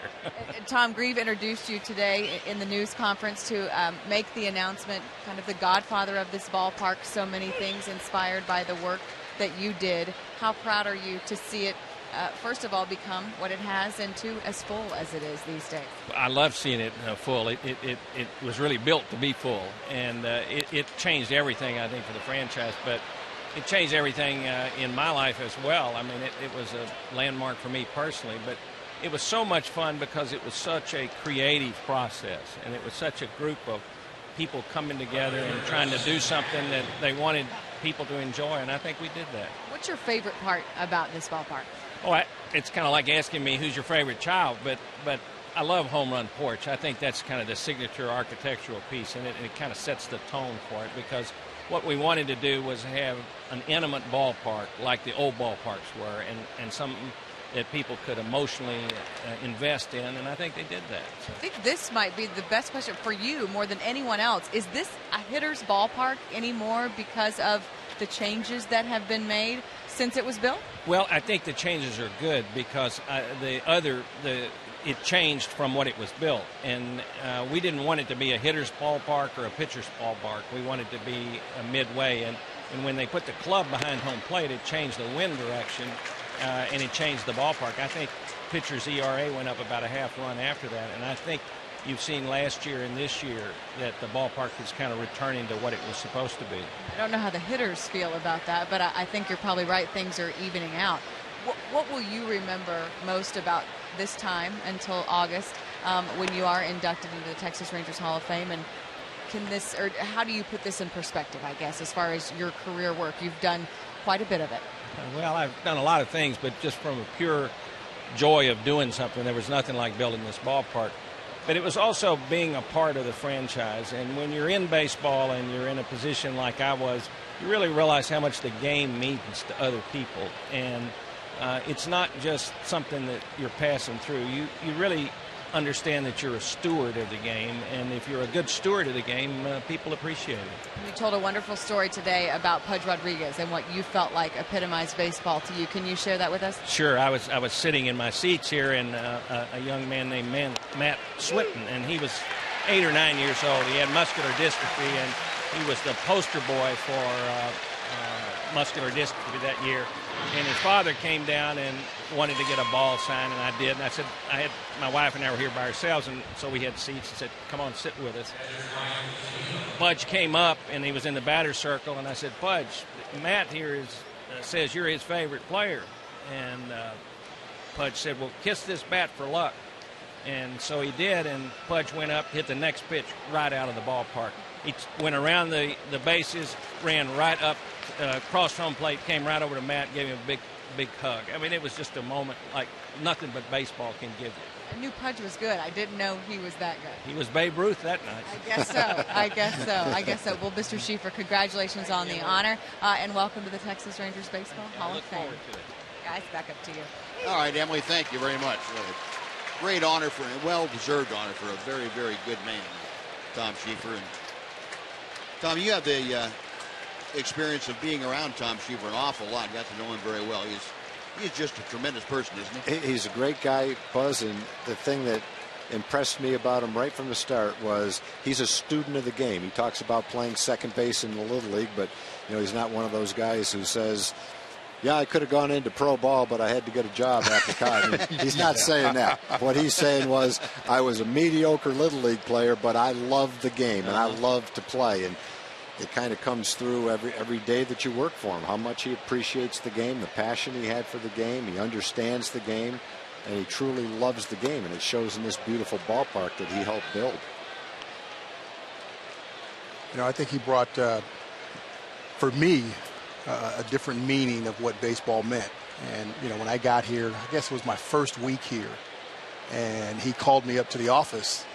And, he called me at home and asked, said, hey, can you come stop by my office when you get to the ballpark today? I was like, okay, I've only been here a week. What did I do? What happened?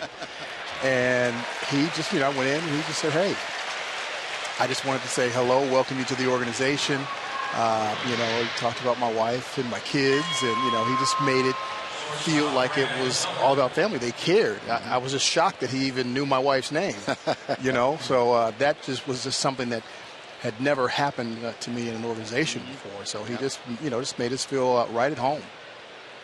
Oh, he definitely cares about the organization. He cared about the fans. He says some of his favorite moments are getting to the ballpark early and just watching the fans come into the game, the looks on their face. Second, not quite in time. Franklin had a walking lead and a huge jump, but Robinson Chirinos amazingly made that close. I'm not sure if Wash is going to challenge this or not, but he's going to at least take the time to have Joey look at it back in the clubhouse. A great throw by Chirinos. Man, is he throwing the ball. If you give him a chance, he will throw you out. Yep. He's unbelievable, and that's the whole thing. If he has a chance, you're out. Yeah. And I didn't think he had a chance there, but he made it a lot closer than I thought he was going to be. Yeah, I think Wash is going to chalk this up to a nice little conversation with Tom Woodbring and head back to the dugout. Wash says whenever he leaves after that and he doesn't challenge, he always leaves with, that was a great call. You got it right. Makes the umpire feel a little bit like, well, what'd you come out here for then? He's trying to be nice to the umpires. That's all it is. Hey, you got to get on their good side somehow. You don't want to come out all the time, and every time you come out, you're arguing. That's not good. Yeah, that's true. 0-1 pitch. And that's fouled straight back. It is 0-2. All right, by the way, folks, in case you're wondering who that third person was, the not the fifth wheel, but the third person. Mark McLemore, co-host of Rangers Live. Glad to have you along, Mac. We were listening to Emily and Tom Schieffer reminisce about some old things about the ballpark. And glad to have you along. It's good to be here, that's for sure. A beautiful night for baseball. It is. Center field, Robertson drifting back in the alley. Daniels there to make the grab, and that'll do it. So Kobe Lewis able to work around a leadoff single and a stolen base.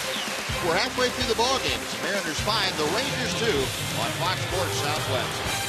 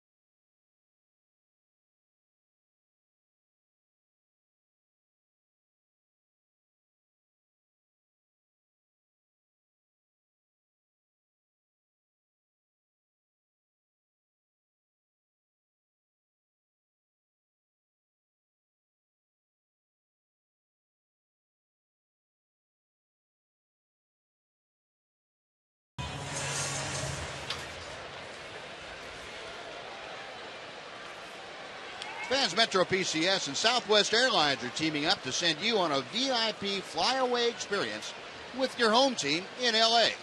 Just text VIP to 638761 for your chance to be treated with VIP status.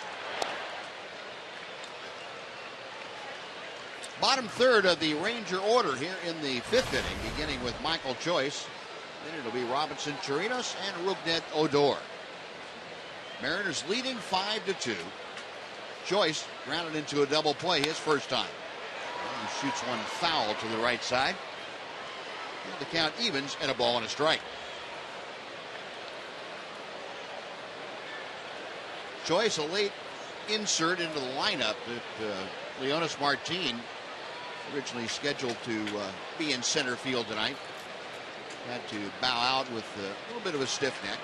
And then, of course, Prince Fielder, who was going to DH this evening, had to give it another day to see if he can improve the feeling in his left arm. Leonis on the bench, kind of moving that head around gingerly, not feeling 100%.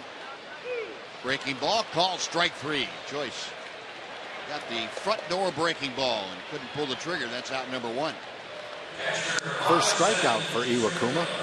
Struck out 185 batters last year. That was the 12th most in the American League. He brought that slider right into the middle of the plate. Michael couldn't quite pull the trigger on it. Well, one gone here in the Ranger fifth, and Robinson Chirinos, who tried to bunt his way aboard, leading off the third, is thrown out by Iwakuma. The first pitch to him is high for ball one.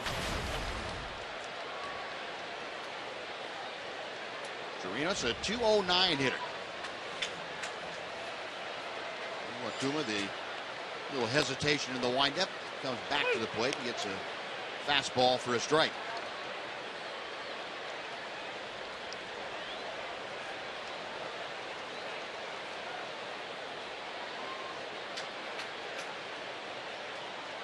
The 1-1 offering.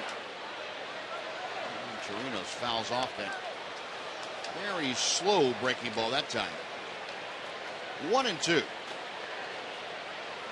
Buzz, is there an advantage to Iwakuma doing that stop a couple of times, that little pause in his motion? Well, you know, Mac, I don't know. I mean, that's very much a Japanese, or I guess a Pacific Rim type of a windup. I think, especially 10 or 15 years ago, almost every Japanese pitcher you saw did that. And I would find it terribly difficult to do myself. Balance would be all over the place. I wouldn't know when to stop and when to start. You know, normally try to teach kids, as Torinos is down on strikes, try to teach kids, once you begin your motion, to make it flowing and consistent so that you can repeat it each time. I don't know how in the world, if you start, stop, you can repeat it each time. But it's obviously effective for him, and it has been for a lot of the Japanese pitchers that learned it at a young age. I know as hitters, there were a lot of guys that it really messed up their timing and rhythm for some reason. Yeah. And yeah, it just, you know, like you said, you like to get into that flow and that rhythm and keep everything going, and it messed a lot of guys up hitting wise. The strike to Odor, 0-1. I would guess too it would depend on where the hesitation was. I'm going to say, I think it was Hideo Nomo that had the hesitation right at the top of his motion. He went with his hands up over his head and kind of got up there and paused for a second. I would think that'd be tougher than a guy like Iwakuma, who just steps back and stops and then goes on. I think once your hands and arms start moving, that's pretty much in the middle of your delivery. I think for a hitter, Mac, the one thing you would probably try to do is not paying attention to the first part of his delivery, and don't start really bearing down, concentrating, and getting ready to go until he reaches that last pause and starts to come to the plate, which, you know, can be easier said than done because it's pretty difficult not to see all the other things he's doing. The 1-2 pitch to Odor. Poked over to third. Seager has it. Across the diamond, and Iwakuma has a 1-2-3 fifth inning. Mac, thanks for joining us. We appreciate it. We will see you after the ball game on Rangers Live. Sounds good. On to the sixth we go. 5-2 Seattle.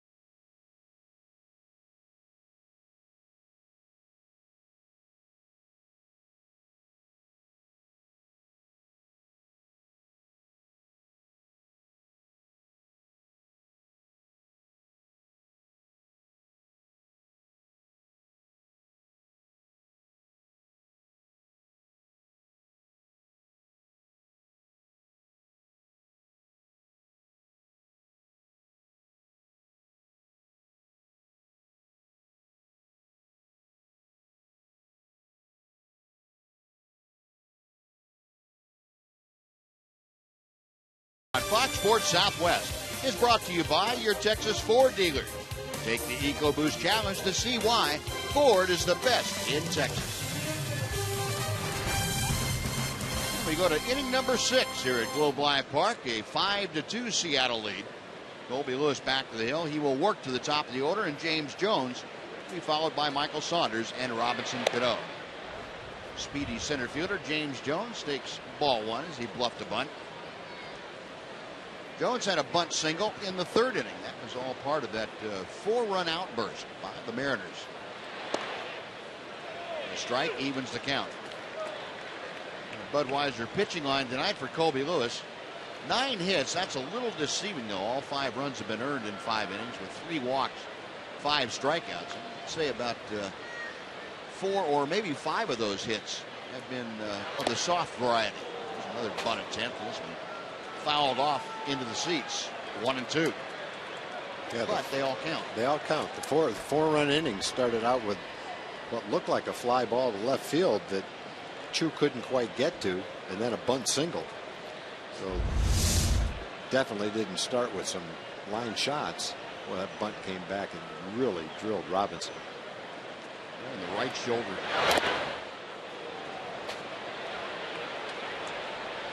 That pad that they wear, that little flap that's over that shoulder, that doesn't do much good on a ball like that, I wouldn't think. Might keep you from breaking your collarbone, but you're still going to be in pain. Wow. A 1 and 2, the count to Jones.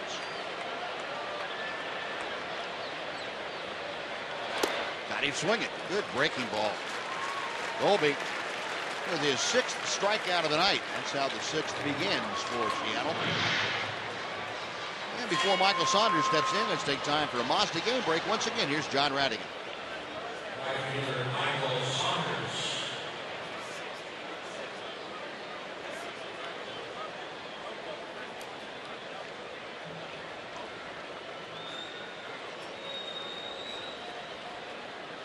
All right, John, thank you. Boy, Oakland playing good baseball. Saunders takes the first pitch high and tight for ball 1. Michael Saunders tonight, an RBI single in the 3rd and a run scored. Other than that, he has struck out and fly to left field. Colby missing down and in. 2 balls, no strikes to count. Colby just passing the 100 pitch plateau. 101 is his count now.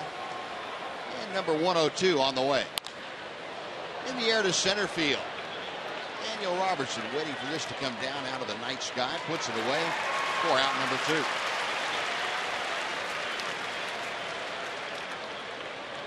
Well, Colby now has retired the last 5 that he has faced. That will bring up Robinson Cano with the bases empty. Aaron Porreta, tall left-hander, loosening in the Ranger bullpen.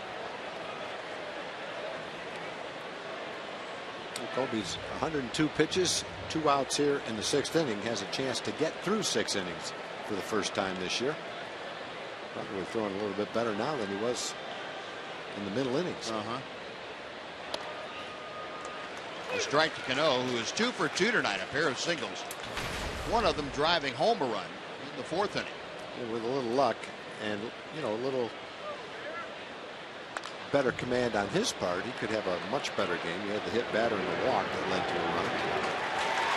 And Cano is out, and for the first time this year, Colby Lewis threw 6. However, his ball club trailing 5-2 as they come to bat with Daniel Robertson.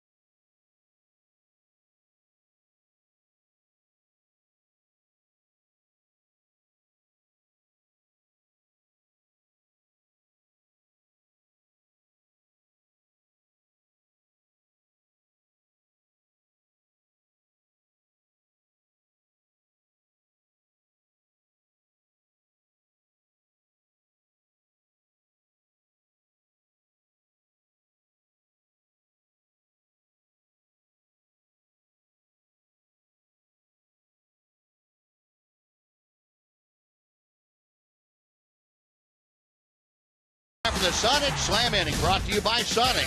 Tonight's jackpot is worth $600 and dinner for two at Sonic Drive-In. Tonight, the Rangers are hitting for Robert Burke from Fort Worth. And if a Ranger hits a grand slam this inning, Robert Burke from Fort Worth will win $25,000. You can register at any participating Sonic restaurant. Daniel Robertson, the leadoff man for the Rangers tonight, leading off in the 6th inning. Rangers trailing by 3. They have been out hit 9-4 by the Mariners. Daniel Robertson, though, has hit the ball hard twice tonight, lining to center and lining to right. And he rifles one over the head of Gary Pettis. Pettis down in a heap on his back. Well, lucky Gary works out every day and stays agile. He needed every bit of his agility to avoid that line drive. He's thanking his lucky stars. That would have hit some third base coaches standing in the same spot. Wow. That is hitting the deck. He had to get out of the way, too. Ball would have bounced right off the top of his helmet. This pitch is high. It's 1 ball and 1 strike. 2 balls and 1 strike. You know, there's not a whole lot of time to react to that. There wasn't. You get an idea what the pitcher has to go through. He's a lot closer than that. About 40 feet closer than that. 2-1 pitch on the outside corner. And the count evens to Robertson. Well, Daniel hit the ball hard his last time up for the last out of the 3rd inning. Hit an outside pitch pretty nicely. Went the other way, but lined it. Saunders caught it on the run. Robertson acquired back in April from the San Diego organization. He pops one foul back behind home plate.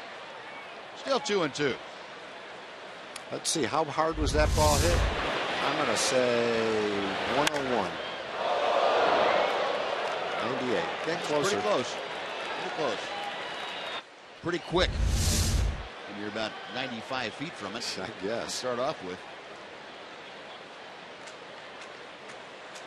Iwakuma into the wind, and again the 2-2. That is low, so Daniel working the count full, trying to get aboard to start the Rangers 6th. Elvis Andrus will be next.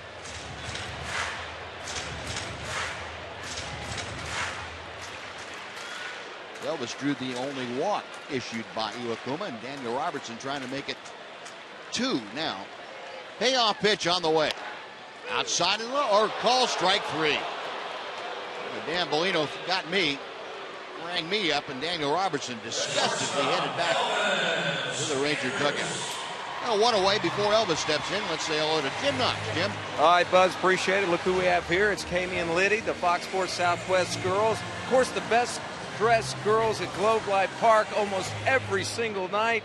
And you guys are going to have Fields of Fashion. What is this about here at the ballpark? Okay, he always points out our fashion, and we're always dressed the same. But tonight we are talking about everyone loves Rangers fashionable gear, and we're going to have a night full of fashion. It is going to be June 11th, Wednesday night here at the ballpark, and it's going to be inside the Jack Daniels Club. Okay, what's next after that? Well, it's going to be a lot of fun. So Noxie is actually going to be walking the runway. What? He doesn't know this yet, but he's going to. Just kidding. What? But a ticket's going to get you access to the event, a pregame buffet, and a ticket to the Rangers game that night. It's going to be a lot of fun. There's going to be question and answers with players' wives led by Emily Jones. You can get tickets at TexasRangers.com. And not only that, there's going to be manicures by OPI, and then anybody who gets a ticket for the event is going to get 15% off any regular merchandise. That's amazing. So you're going to get a bunch of stuff like this, and maybe you might even end up getting some glasses. Wait, they're stuck. They're stuck. But right now, we got a good rally maybe going. Elvis got a hit. All right. Maybe put the glasses on. Things are going to look a little brighter for the Rangers. There you go. All right, girls. We'll see you soon. Appreciate it, Buzz. Thanks, Noxie. Who was doing that interview? Was Jim interviewing them, or were they interviewing him? He got the ball rolling. Yeah, he did. And then stepped back and let the girls take over. Now you saw Elvis with that base hit. Here is Shin-Soo Choo, and Elvis on the move, and the pitch is topped slowly down to first. It'll be Smoke making the tag. And Choo is retired. Into second is Elvis. Third baseman, Andrus. Pained look on his face down there at second. He was hoping to swipe that bag, and get in scoring position for Chu, but Chu topped one to first. So that's the second out. It brings up Adrian Beltre for his third at bat. Beltre, the solo home run, got things started for the Rangers in the second. Last time up, Adrian, an infield single behind the bag at third. But the average now at 265. Andrus at second as Iwakuma accepts the sign and comes set. And that's off the outside corner. 1 ball and no strikes.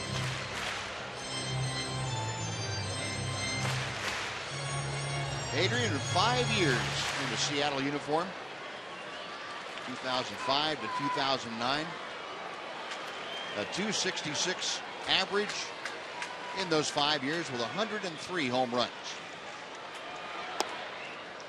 Takes that next pitch right at the bottom of the strike zone, and it's 1-1.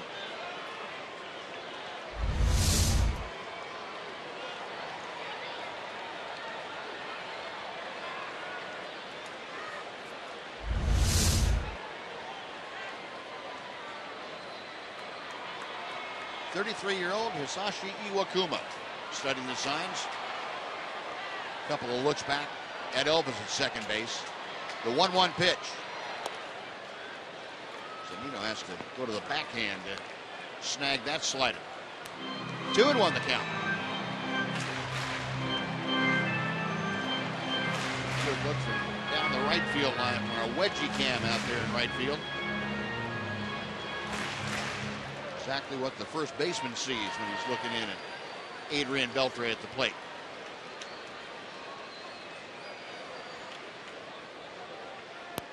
Iwakuma shaking off a sign or two and now has one to work with.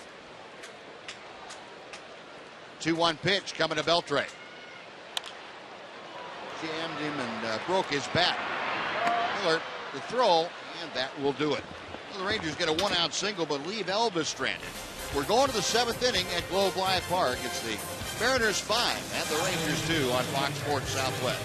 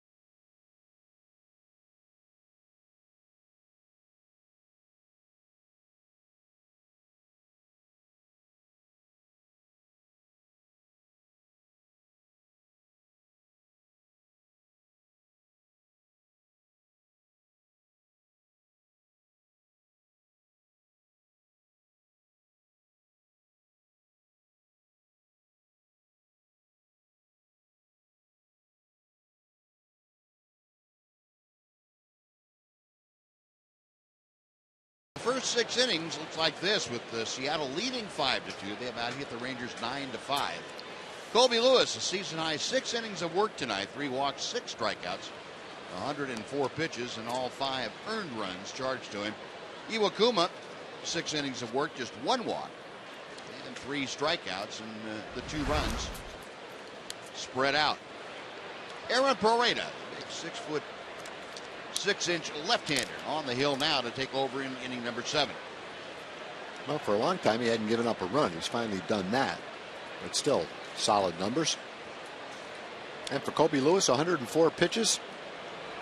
Had pretty good stuff tonight. The line won't show it. 9 hits, 5 runs, but he threw the ball better than that. That's a positive outing, even though the score wouldn't indicate that.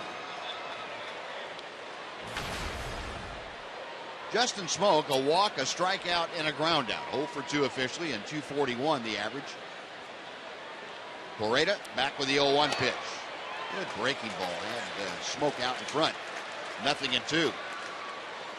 Aaron Porreta, 27-year-old out of the University of San Francisco. Originally a 25th overall pick in the first round by the Chicago White Sox back in 2007. A big arm from the left side. A chopper foul by Smoak. It remains no balls, 2 strikes. Went over to San Diego in the deal that brought Jake Peavy to the White Sox.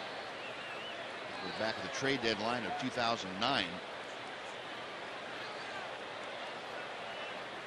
2012, 2013, kind of lost years for Porreta, dealing with the arm injury. Check swing. Did he go around? No, he did not. Peeled down to first, and Jeff Kellogg with the palms down safe sign.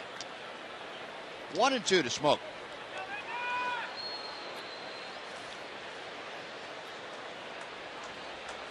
Justin, of course, the switch hitter up there from the right side against the lefty Porreta.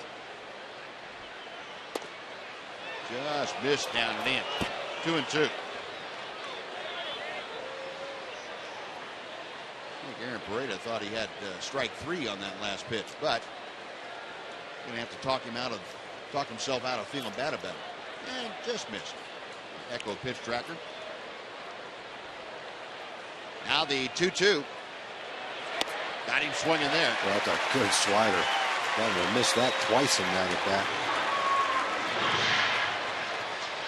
Smoak down on strikes for the second time tonight. Third baseman Kyle Seager. I would think it's a little bit tough. A guy at 6'6" out there throwing anywhere from 96 or 97 down to 80. Yeah, you got to tune it up when it's going 96 and 97. And then it's tough to slow it down a little bit when it's 82. So 1 out on the punch out. Here's Kyle Seager, who is 1 for 3. Seager had a very big 2-run single in that 3rd inning. 1 ball, no strikes.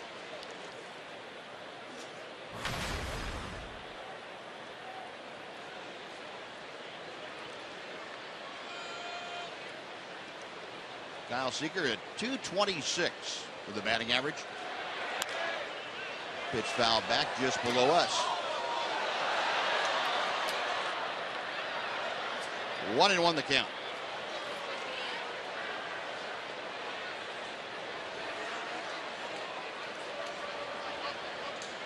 Seager's got an interesting split between home and road. He's hitting much better on the road than he is at Safeco Field. And not surprising as far as being a hitter's park. Safeco is not. But Seager into play tonight, hitting 264 at home and only 200 on the road. You would think that would be just the other way around. He likes that home cooking. There's a strike. 2-2 the count. There's your breakdown. All 6 of his home runs have come at home. Yeah, it's one thing to have the average like that, but it's another thing not to have a home run on the road, and 6 of them in a tougher place to hit home runs. Pretty unusual. Porreta with the count even. 1 out, bases empty in the top of the 7th inning. The 2-2 pitch on the way. And that'll run the count full. Well, with 1 out, Seager trying to get aboard against Porreta. Nick Franklin, the designated hitter, to follow.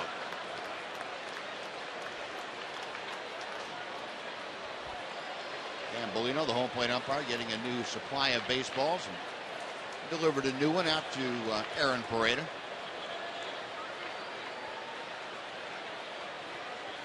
Left-hander sets at the belt, and the payoff pitch. Pulled foul outside first. We'll try it again.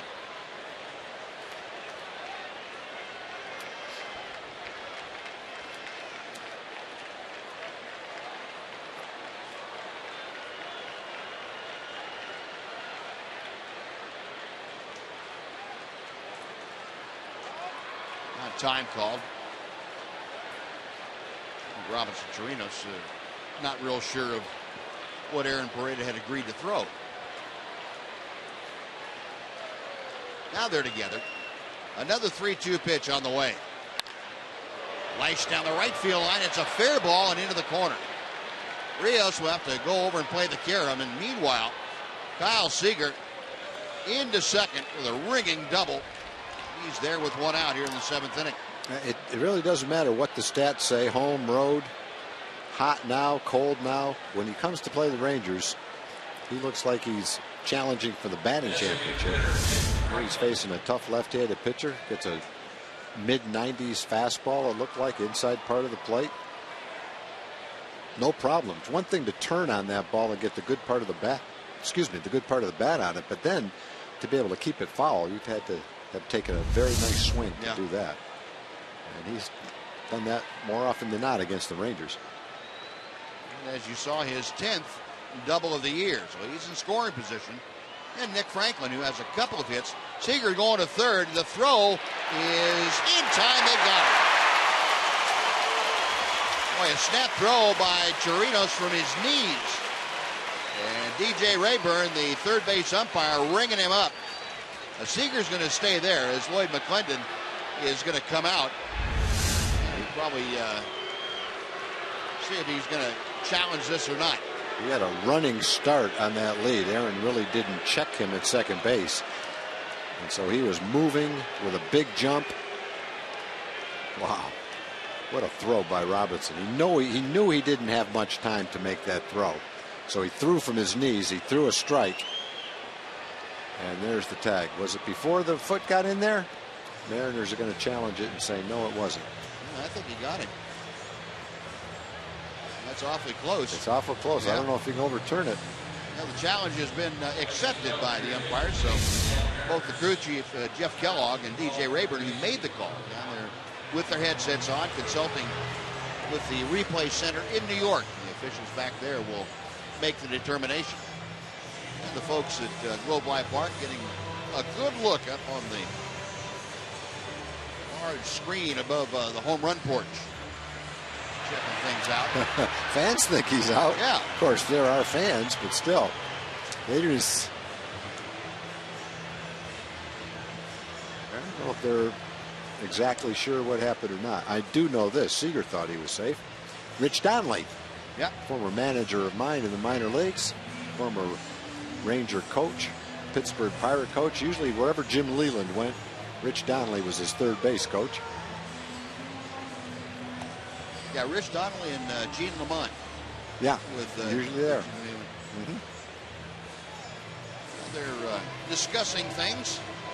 Call on the field, I got to remind you, is out at third. That was what DJ Rayburn determined. That caused the challenge by Lloyd McClendon there on your left. Taking a good look at it. Taking a few extra looks because of how close this play is. There's the tag, there's the foot, almost simultaneously. It's got to be clear and convincing evidence for the folks in New York to overturn it. Boy, that is bang bang, isn't it? Kyle Seager. I might have said safe originally if I had that look right there, but I don't know if I could have said safe after the call was out because it was clear and convincing evidence that he was safe. I don't know if I could say that or not. Well, they're having a little tough time in New York. I think they are. Deciding on it. I think they are. I think they might have called in another crew to help them out with this call. So that's one thing you can do at home. You can watch the same play they're looking at in New York, and your opinion is just as good as theirs. You're getting pretty much the exact same look that the umpires are getting in New York trying to make this call. It's not an easy call for them. They're having a hard time making it. They sure are.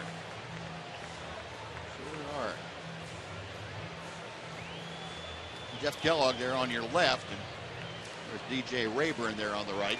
I think if it takes this long, you have to say the call stands, because it has to be so close that you're taking all this time.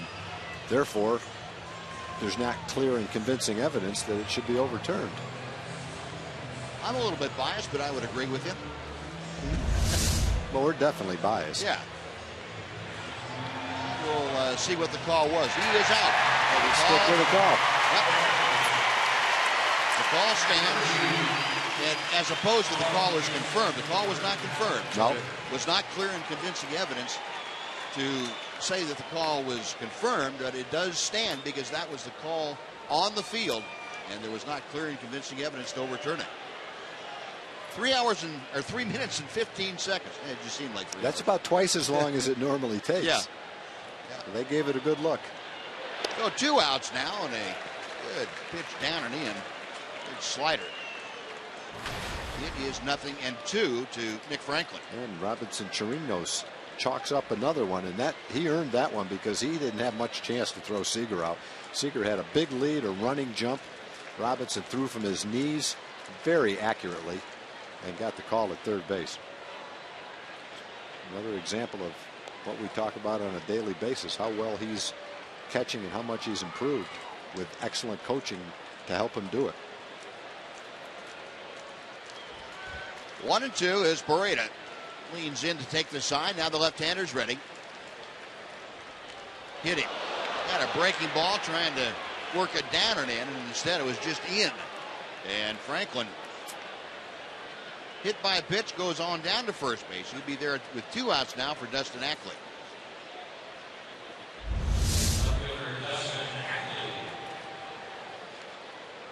Just kind of yanked that right across the strike zone.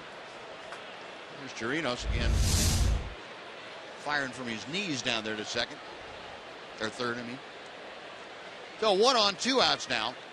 Ackley 1 for 3 tonight, a single back in the second inning. Pareda missing inside badly for ball 1.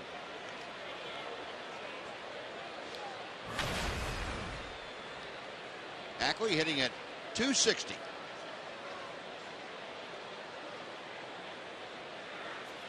Dustin usually does not start against left-handed starters, but the Mariners in a streak where they face right-handed starters for the next week and a half. We've got 9 straight right-handed starters against them. Alexi Ogando loosening in the Ranger bullpen. A ball and a strike as Pareda sets. Line drive, base hit left field. That ball is hit. It's going to split the outfielders and go to the wall. Franklin racing around third. Here's the throw to the plate. It's way late, and Franklin scoring all the way from first on a 2-out double from Dustin Ackley. That makes it a 6-2 Seattle lead. Well, left-hand hitters have had some good swings in this inning against Aaron. Seager had the double on the inside fastball, mid-90s fastball. He ripped it down the right field line. And Ackley split the outfielders with a pitch, middle of the plate. Pretty good pitch to hit. But he really hit this ball hard. Off the bat, it looked like a ball that maybe one of the outfielders could cut off, but he hit it so hard, the ball just skimmed right between the outfielders and rolled all the way to the wall. Ackley starting to show some improvement. Remember, he was the 2nd pick in the draft a while back. It's taken him a while to get accustomed to life in the big leagues, but he's got his average up over 260 now, which doesn't sound that great, but based on where it's been, it's pretty good. Yeah. And maybe he's finally headed in the right direction, trying to realize that potential that he has. Here's Mike Zunino, young catcher. He fouls back that first pitch. It's 0-1. Zunino hit by a Colby Lewis pitch back in the 4th inning, and that really started another Mariner rally. He came around to score on a 2-out Robinson Canosing. Bottom of the order, Zunino and Brad Miller getting things going. And Zunino pops one foul that will twist out of play down the right side. The count moves to 0-2.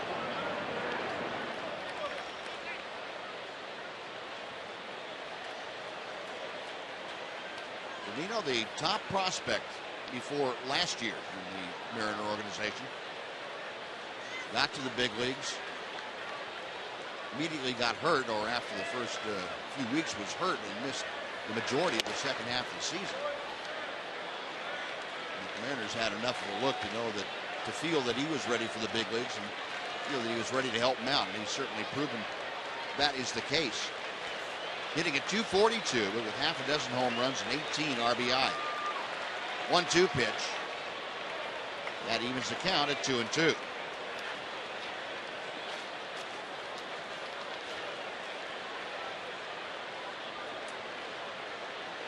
Robinson Chirinos going to go out there and have a little talk with Aaron Porreta.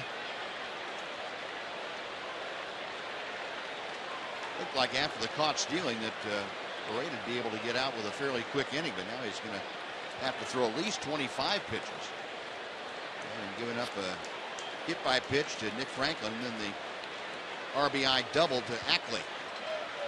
Got him swinging. Threw it upstairs, and Bonino couldn't catch up. Add on a run, Seattle increases their lead by one. We'll go to the bottom of the seventh inning, 6-2 Mariners.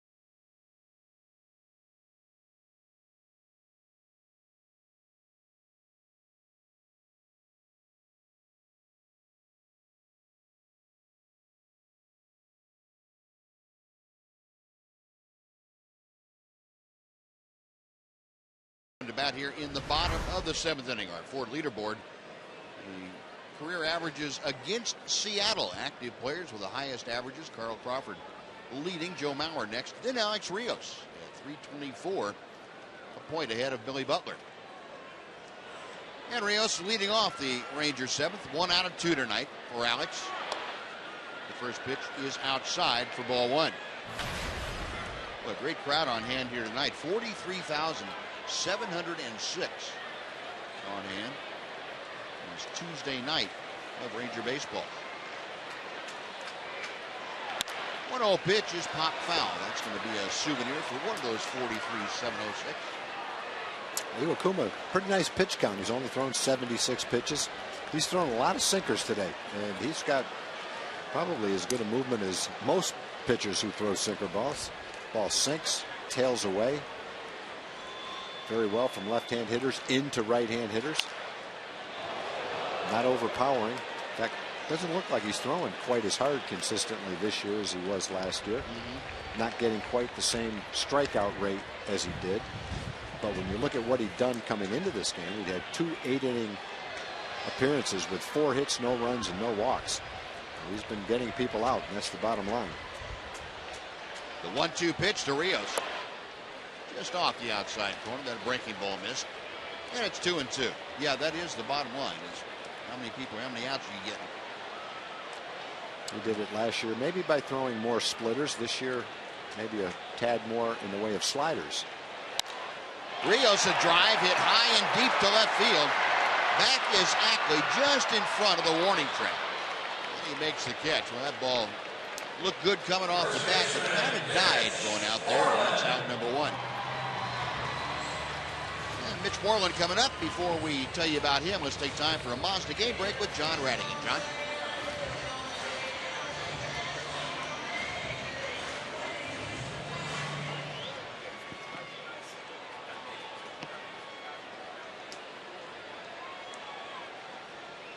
Thank you, John. Here it's the Mariners leading 6-2. Base is empty for Mitch Moreland. Mitch is 1 for 2 tonight. But Tanaka has a chance to get his first loss. He was 6-0 for the Yankees going into that game.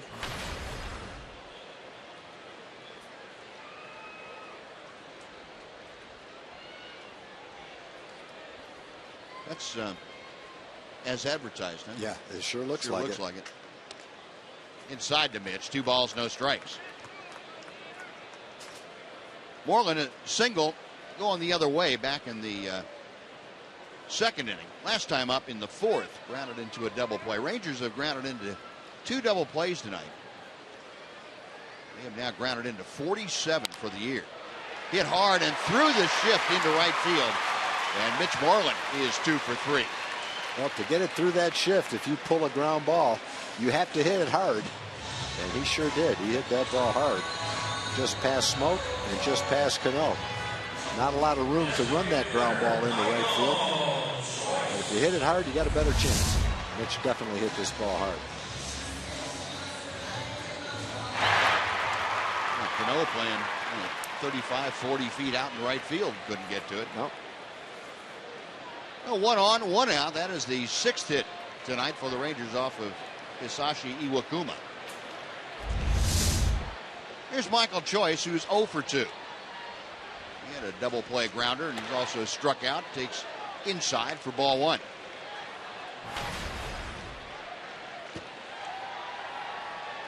Michael Choice now at 1 for his last 10 times up in this homestand. Iwakuma, a high set, and then deals to the outside corner. Good slider. 1-1. Michael Choice has seen his batting average drop from 243 down to 205. That's where it currently sits in the last 8 ball games. He has scuffled a bit. It's this one to center field. Jones coming on. The ball hangs up for him, and James Jones able to make the catch. Back to first goes Moreland. There are now 2 outs, and Robinson Chirinos will be next.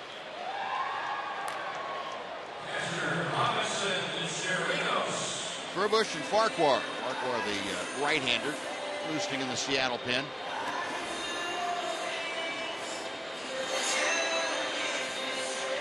Chirinos 0 for 2.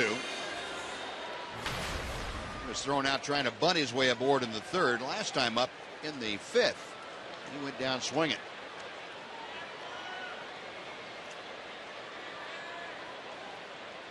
First pitch from Iwakuma's in the dirt. He said, corrals it near home plate. In case you were not with us earlier, a catching change for the Rangers. JP Arancibia optioned to AAA. The idea being get JP consistent playing time on a daily basis. And Chris Jimenez brought up from Round Rock to back up Robinson Chirinos.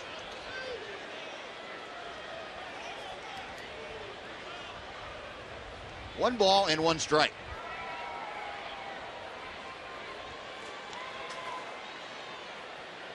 Iwakuma, a check of Moreland at first. And the pitch is tight. Take a look at Jimmy John's freaky fast delivery and watch Robinson Chirinos. The best in the major leagues at doing this, of getting runners trying to steal. That was freaky fast to get that out down there at 3rd on Seager. 2-1 pitch is popped foul. That will reach the seats, and now Chirinos with a 2-ball, 2-strike count. And speaking of Round Rock, Joe Saunders on a rehab start. His 4th rehab outing, worked 7 innings tonight. Gave up 8 hits and a run, and 101 pitches for the veteran left-hander. 2 walks, 1 strikeout. Good outing for Joe Saunders.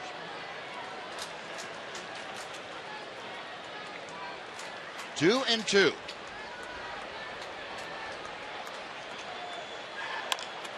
And a chopper right behind the bag at 3rd. Seager, long throw across, and he gets Chirinos by a couple of steps.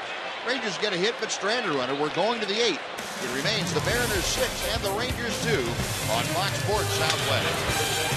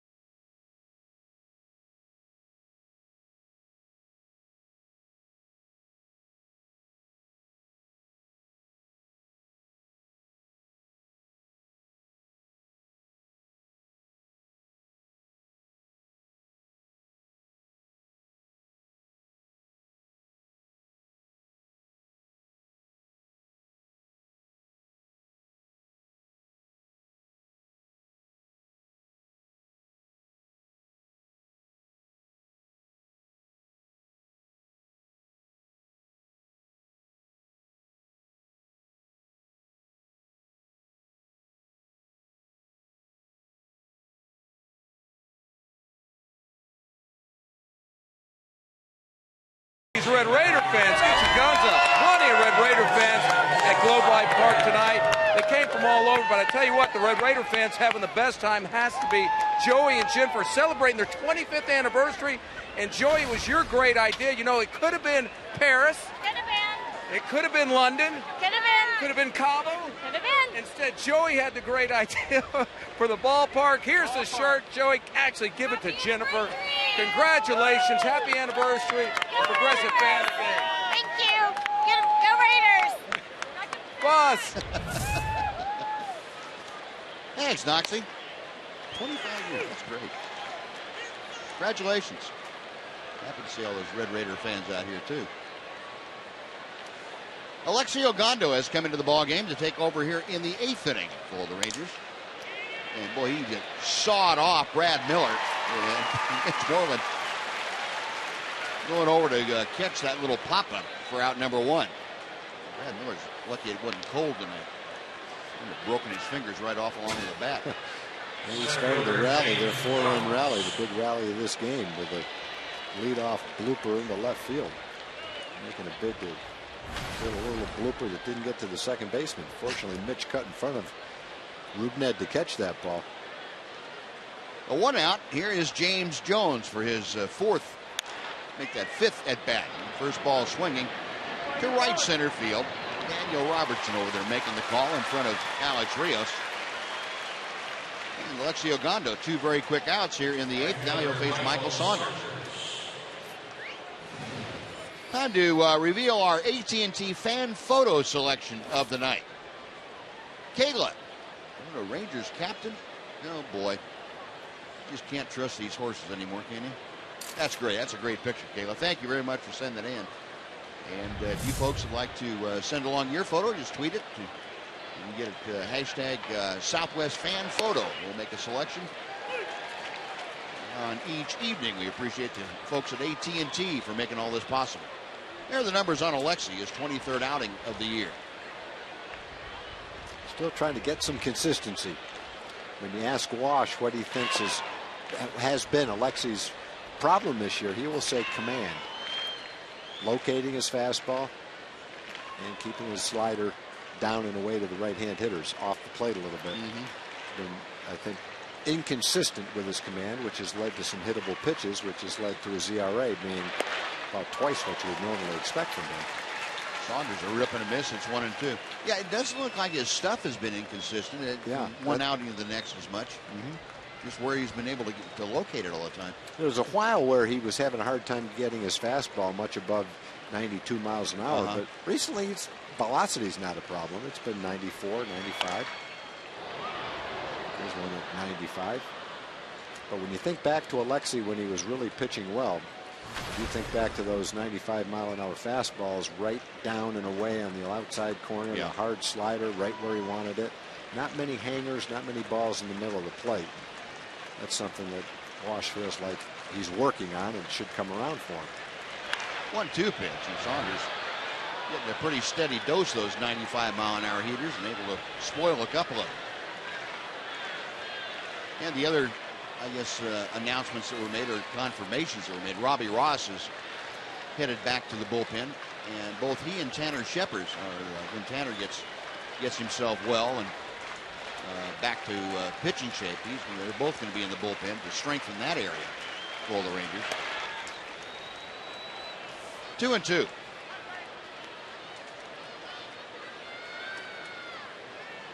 You know, I think part of the Ranger bullpen problem has been the lack of either one of those two that had experience and could pitch in the late innings. You had guys that were pitching a little bit out of their comfort zone. Chopper foul. It may not sound like much, but pitching in the 8th instead of the 7th. Well, it is a big difference when you're trying to get the ball game to Soria or to the 9th inning in a tie ball game. It makes a big difference whether it's the 7th or the 8th. I think Alexi, the way he is thrown, he's probably better suited right now for the 7th inning. And if Tanner Shepard comes back and does the same kind of job that he did last year in that 8th inning, now you've got some lockdown guys. And it just hasn't been real consistent yet. Still 2-2 to Saunders. There's Tanner. He's getting closer to being ready to go on a rehab assignment.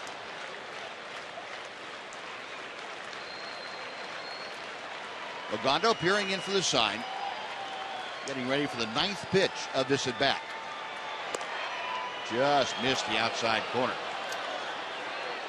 He took a little bit off to his changeup at 87 miles an hour. And didn't get the swing he was hoping to get from Saunders. Oh, full count. The crowd getting behind Alexi. Payoff pitch. Ground ball to the right side. Right there is Rougned Odor. And Alexi Ogando has a very quick and easy 1-2-3 inning. Rangers coming to bat in the bottom of the 8th inning. They are trailing 6-2. It'll be Odor, Robertson, and Andrews when we come back.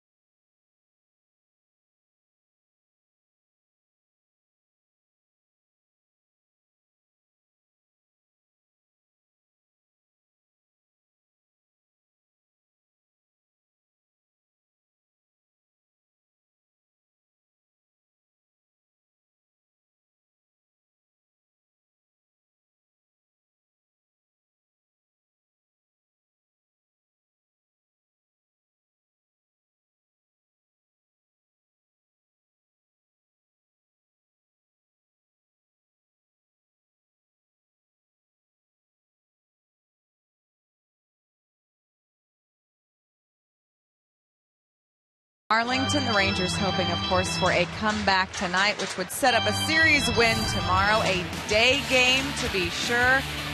hopefully can be a serious win for these Texas Rangers. Of course, this brought to you by AT Uverse TV as we get you going, of course, each and every game, 30 minutes before with Rangers Live and first pitch at 2:05 tomorrow as they get ready for a day game, fellas. All right, Em. 105. What was I talking about? It's Well, a 105 105, first yeah. pitch. I'm glad we showed that because I would have been late tomorrow. Now I'll be on time. Rougned Odor leading things off here in the bottom of the 8th inning. Odor then back to the top of the order for Robertson and Andrews. And Iwakuma missing low. It's 1 ball and 1 strike. Odor tonight has grounded out twice. Once to short, once to third. 185 the average for the youngest player in the major leagues at the moment. The 1-1. Now 1-2. Iwakuma still out there throwing strikes. Well, he has been something. 93 pitches so far, 58 strikes, 35 balls. He was a little bit erratic earlier in the game. The Rangers got to him after he walked the leadoff man in the 4th, got to him for a run, but it was the last time they've been able to do anything substantive. That's only the second walk he's had all year. The foul territory. Odor pops out to Seager. This is out number 1, and Daniel Robertson coming up.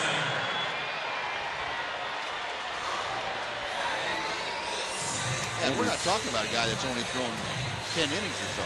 No, he's coming into the game, he'd thrown 2 8-inning ball games without walking a batter. Tonight he's only walked 1, and he's zeroing in on 8 innings.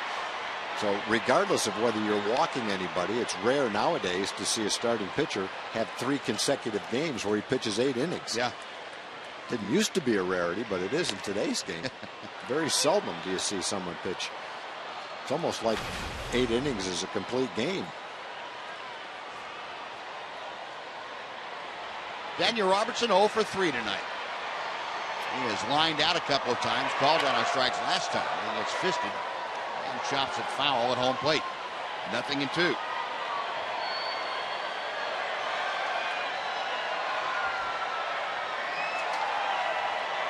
Robertson trying to get aboard with 1 out here in the 8th inning.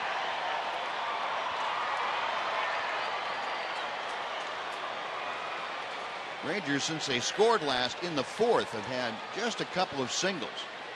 And that has been it. They've been able to put nothing together against Iwakuma.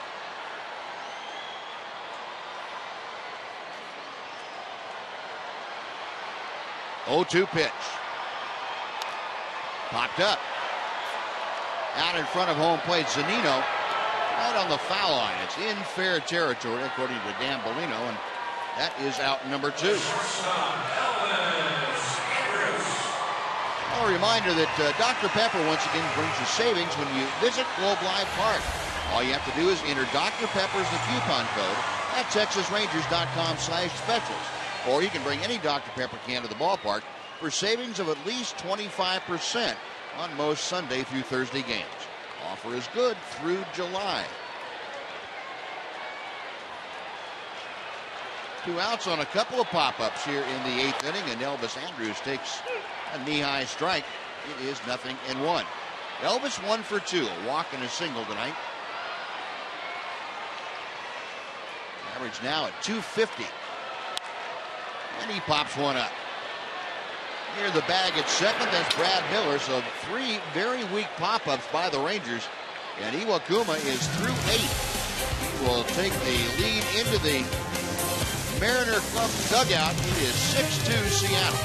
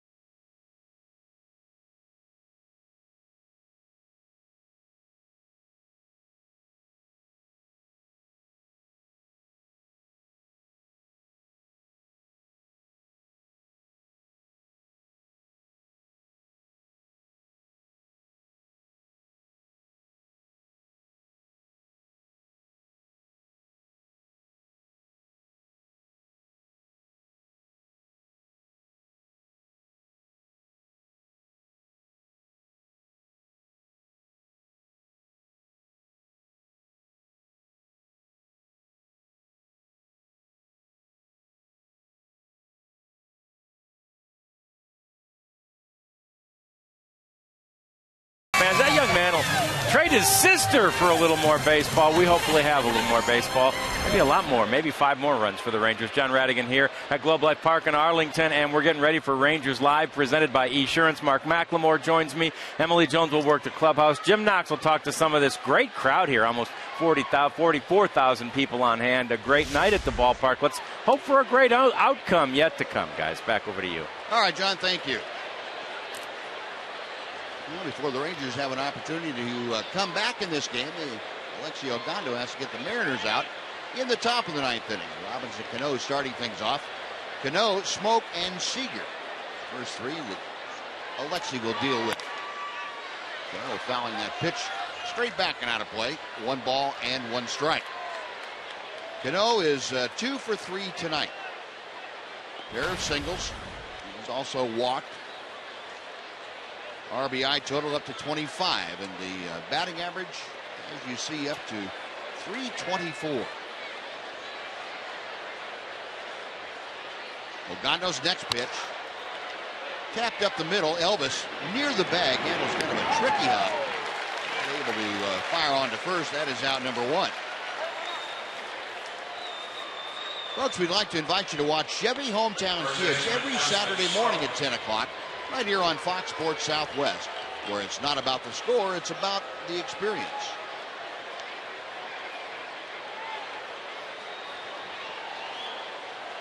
Now 1 gone on the Mariner ninth. Now Ogando will deal with Justin Smoke. He's putting a shift on for Smoke, who's hitting from the left side against the right-hander Ogando. Sanders moving over on the first base side of second. And Smoke takes a breaking ball for strike 1. Smoke 7 out of 15 against Ogando in his career. It's a 467 average. A rip and a miss. Pretty good tailing fastball. Charlie Furbush, the left-hander. Looks like the man we will see at least starting out the bottom of the 9th inning. 0-2 the count. Line drive, but there's Beltran. Midway between second and third, and he was right in the right spot. That's some bad luck when you consider there's one guy and 90 feet of real estate, and you hit a line shot, then it goes right to the guy. But that's what the defensive positioning is all about. They're playing the defensive players where statistics say they're most likely to hit it. Doesn't mean they're going to hit it there every time, but you play them there because they'll hit it there more than they will any other spot on that side. No, 2 gone. Now Kyle Seager. Seager's 2 for 4 tonight. Single, a double, a couple of runs driven in. Takes the first pitch down low for ball 1.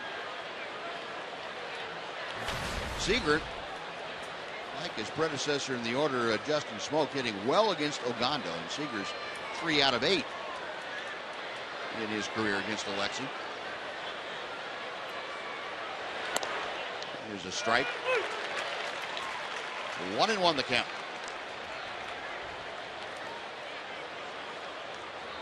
Ogando, the 3rd Ranger pitcher tonight. Colby Lewis went the first 6. Gave up 5 runs on 9 hits, 3 walks, and 6 strikeouts. Which is just a bit low, 2-1. Aaron Pareda worked the 7th and gave up a run on a couple of hits with a pair of strikeouts. And Alexi Ogando now worked a perfect 8th, and he's trying to do the same here in the 9th. 2-1 pitch coming to Seager. Gonna regret he swung at that one. That right down on his front foot.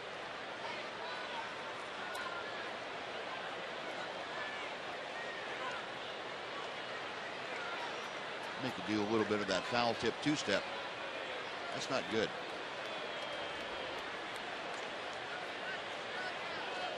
Robinson Chirinos out to talk to his big right-hander.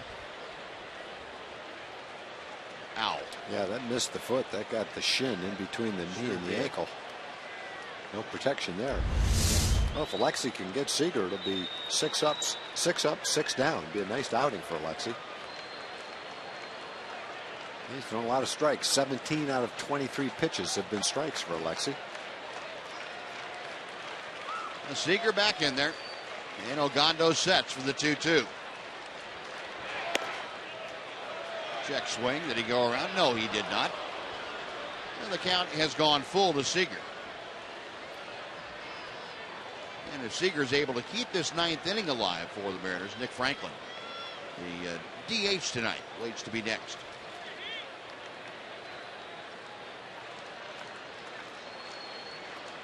Ogando nods in agreement.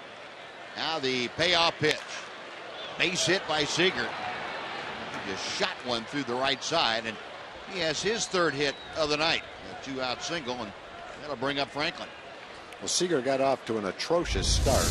So when you see that he's hitting 224, it's actually better than that in the respect that he's been swinging the bat much better lately over the last month or 3 weeks. But against the Rangers, it looks like he's challenging for the batting championship with the swings he takes. He blooped one in for a couple of RBIs in the 3rd, but his last 2 at bats, the double and the single, were just ripped into right field. 3 more hits against the Rangers. Yep. Here's Franklin. And Ogando misses inside for ball 1. Nick Franklin has been aboard 3 of the 4 times he's come to the plate. He is 2 for 2 officially, a pair of singles. He also had a sacrifice fly, and he's been hit by a pitch.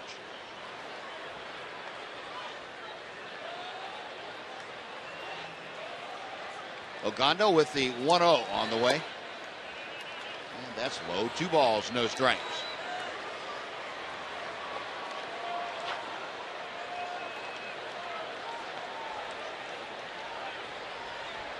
Rangers in the infield, shading Franklin around to the right, not an overshift. Elvis, as you can see, 4 or 5 steps in the 3rd base side of second. Odor, the second baseman, right on the rim of the outfield grass. And ball 3 is very high. Ogando now, after the 2-out single, lost command of the strike zone. He's fallen behind 3 balls and no strikes. If Franklin extends the inning, Dustin Ackley, another left-hander that's swinging the bat pretty well. He's waiting to be next. And the fastball right down the middle. 3-1.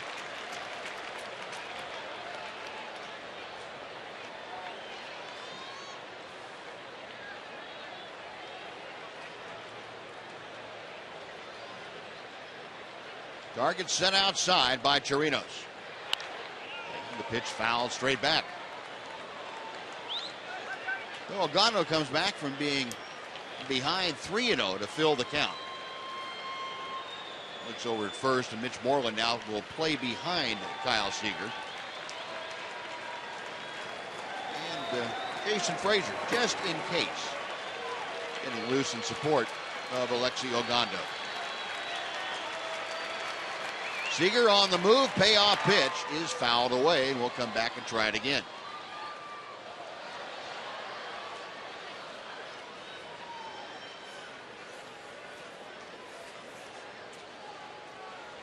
Seager probably happy he gets to run around a little bit and get some of that pain out of there.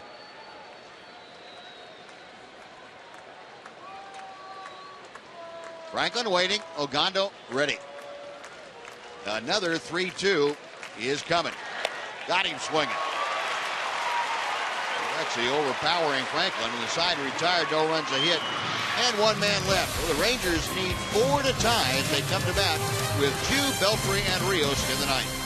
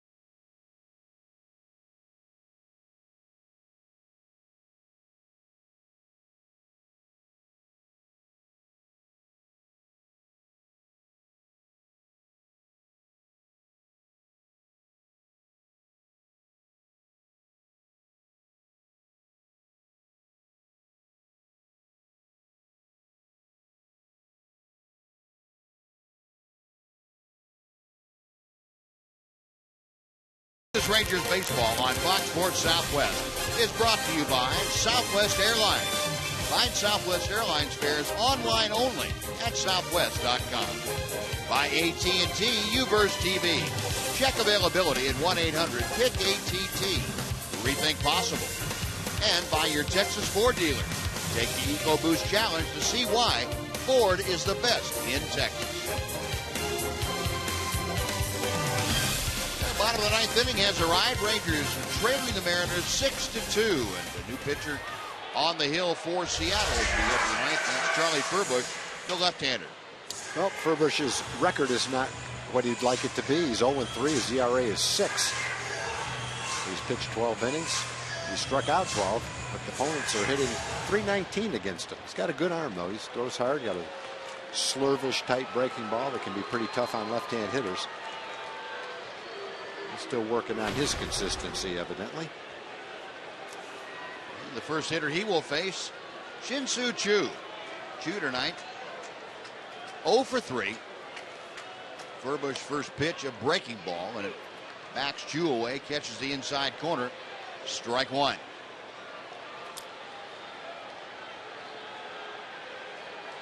Choo 8th in the American League with a .373 average against left-handers.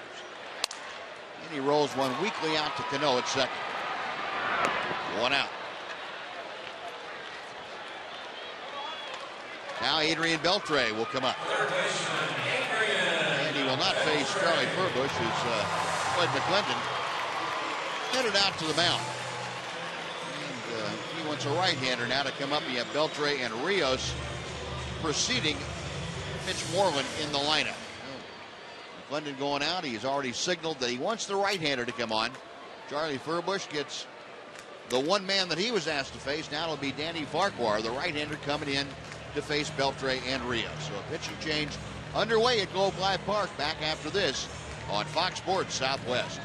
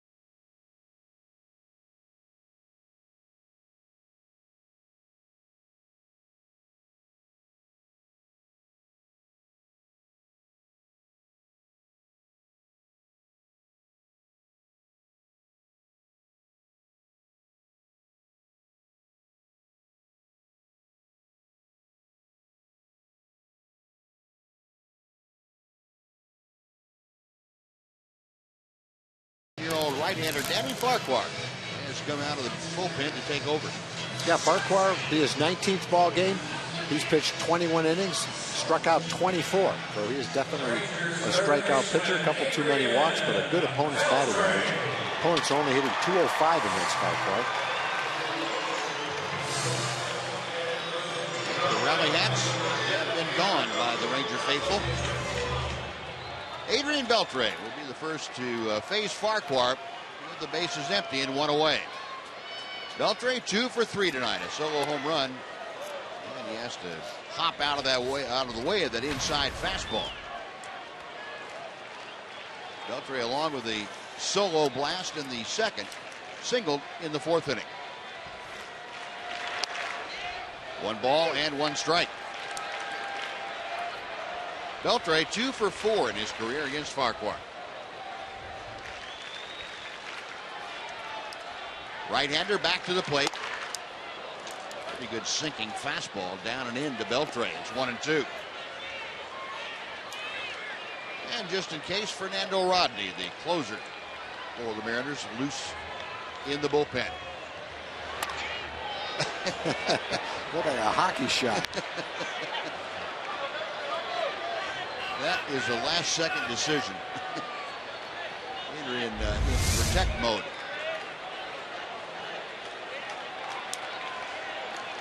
That ball looked like it was his legs. Looked like cricket. He lines this one foul down the left side. Just out in front. Checking the bat to make sure they didn't crack that one. Zunino out to have a brief chat with Farquhar. 1 ball, 2 strikes. Farquhar last year took over the closer's role. Tom Wilhelmsen struggled a bit, and Mariners turned to Farquhar, and he had 16 saves in the last part of the year. Not a big guy at 5'9", about 185 pounds, but he has a big arm. A ball and 2 strikes. Check swing. Did he go? No, he did not. 2-2 the count.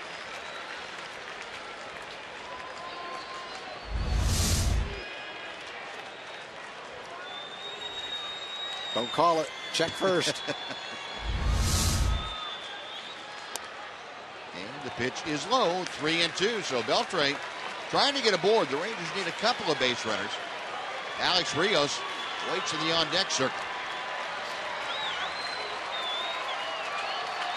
Payoff pitch. In the air to center field. Jones, 2 steps to his right, hauls it in, and the Rangers now down to their final out.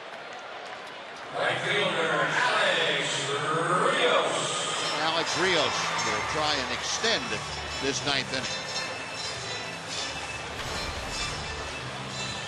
And don't forget, tomorrow afternoon, a 1:05 start will be Chris Young, former Ranger from Highland Park, and right-hander Nick Tepish, principals in tomorrow afternoon's game. A 1:05 start, 1:05 first pitch. Breaking ball, and it is in for strike 1 to Rios. Alex, a single and an RBI in 3 trips tonight.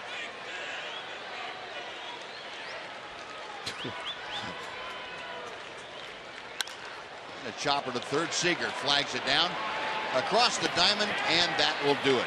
So the Rangers go quietly in the 9th inning, 3 up and 3 down, and the Seattle Mariners have won the first game of this abbreviated 2-game series. The final tonight, 6-2 in favor of the Seattle Mariners.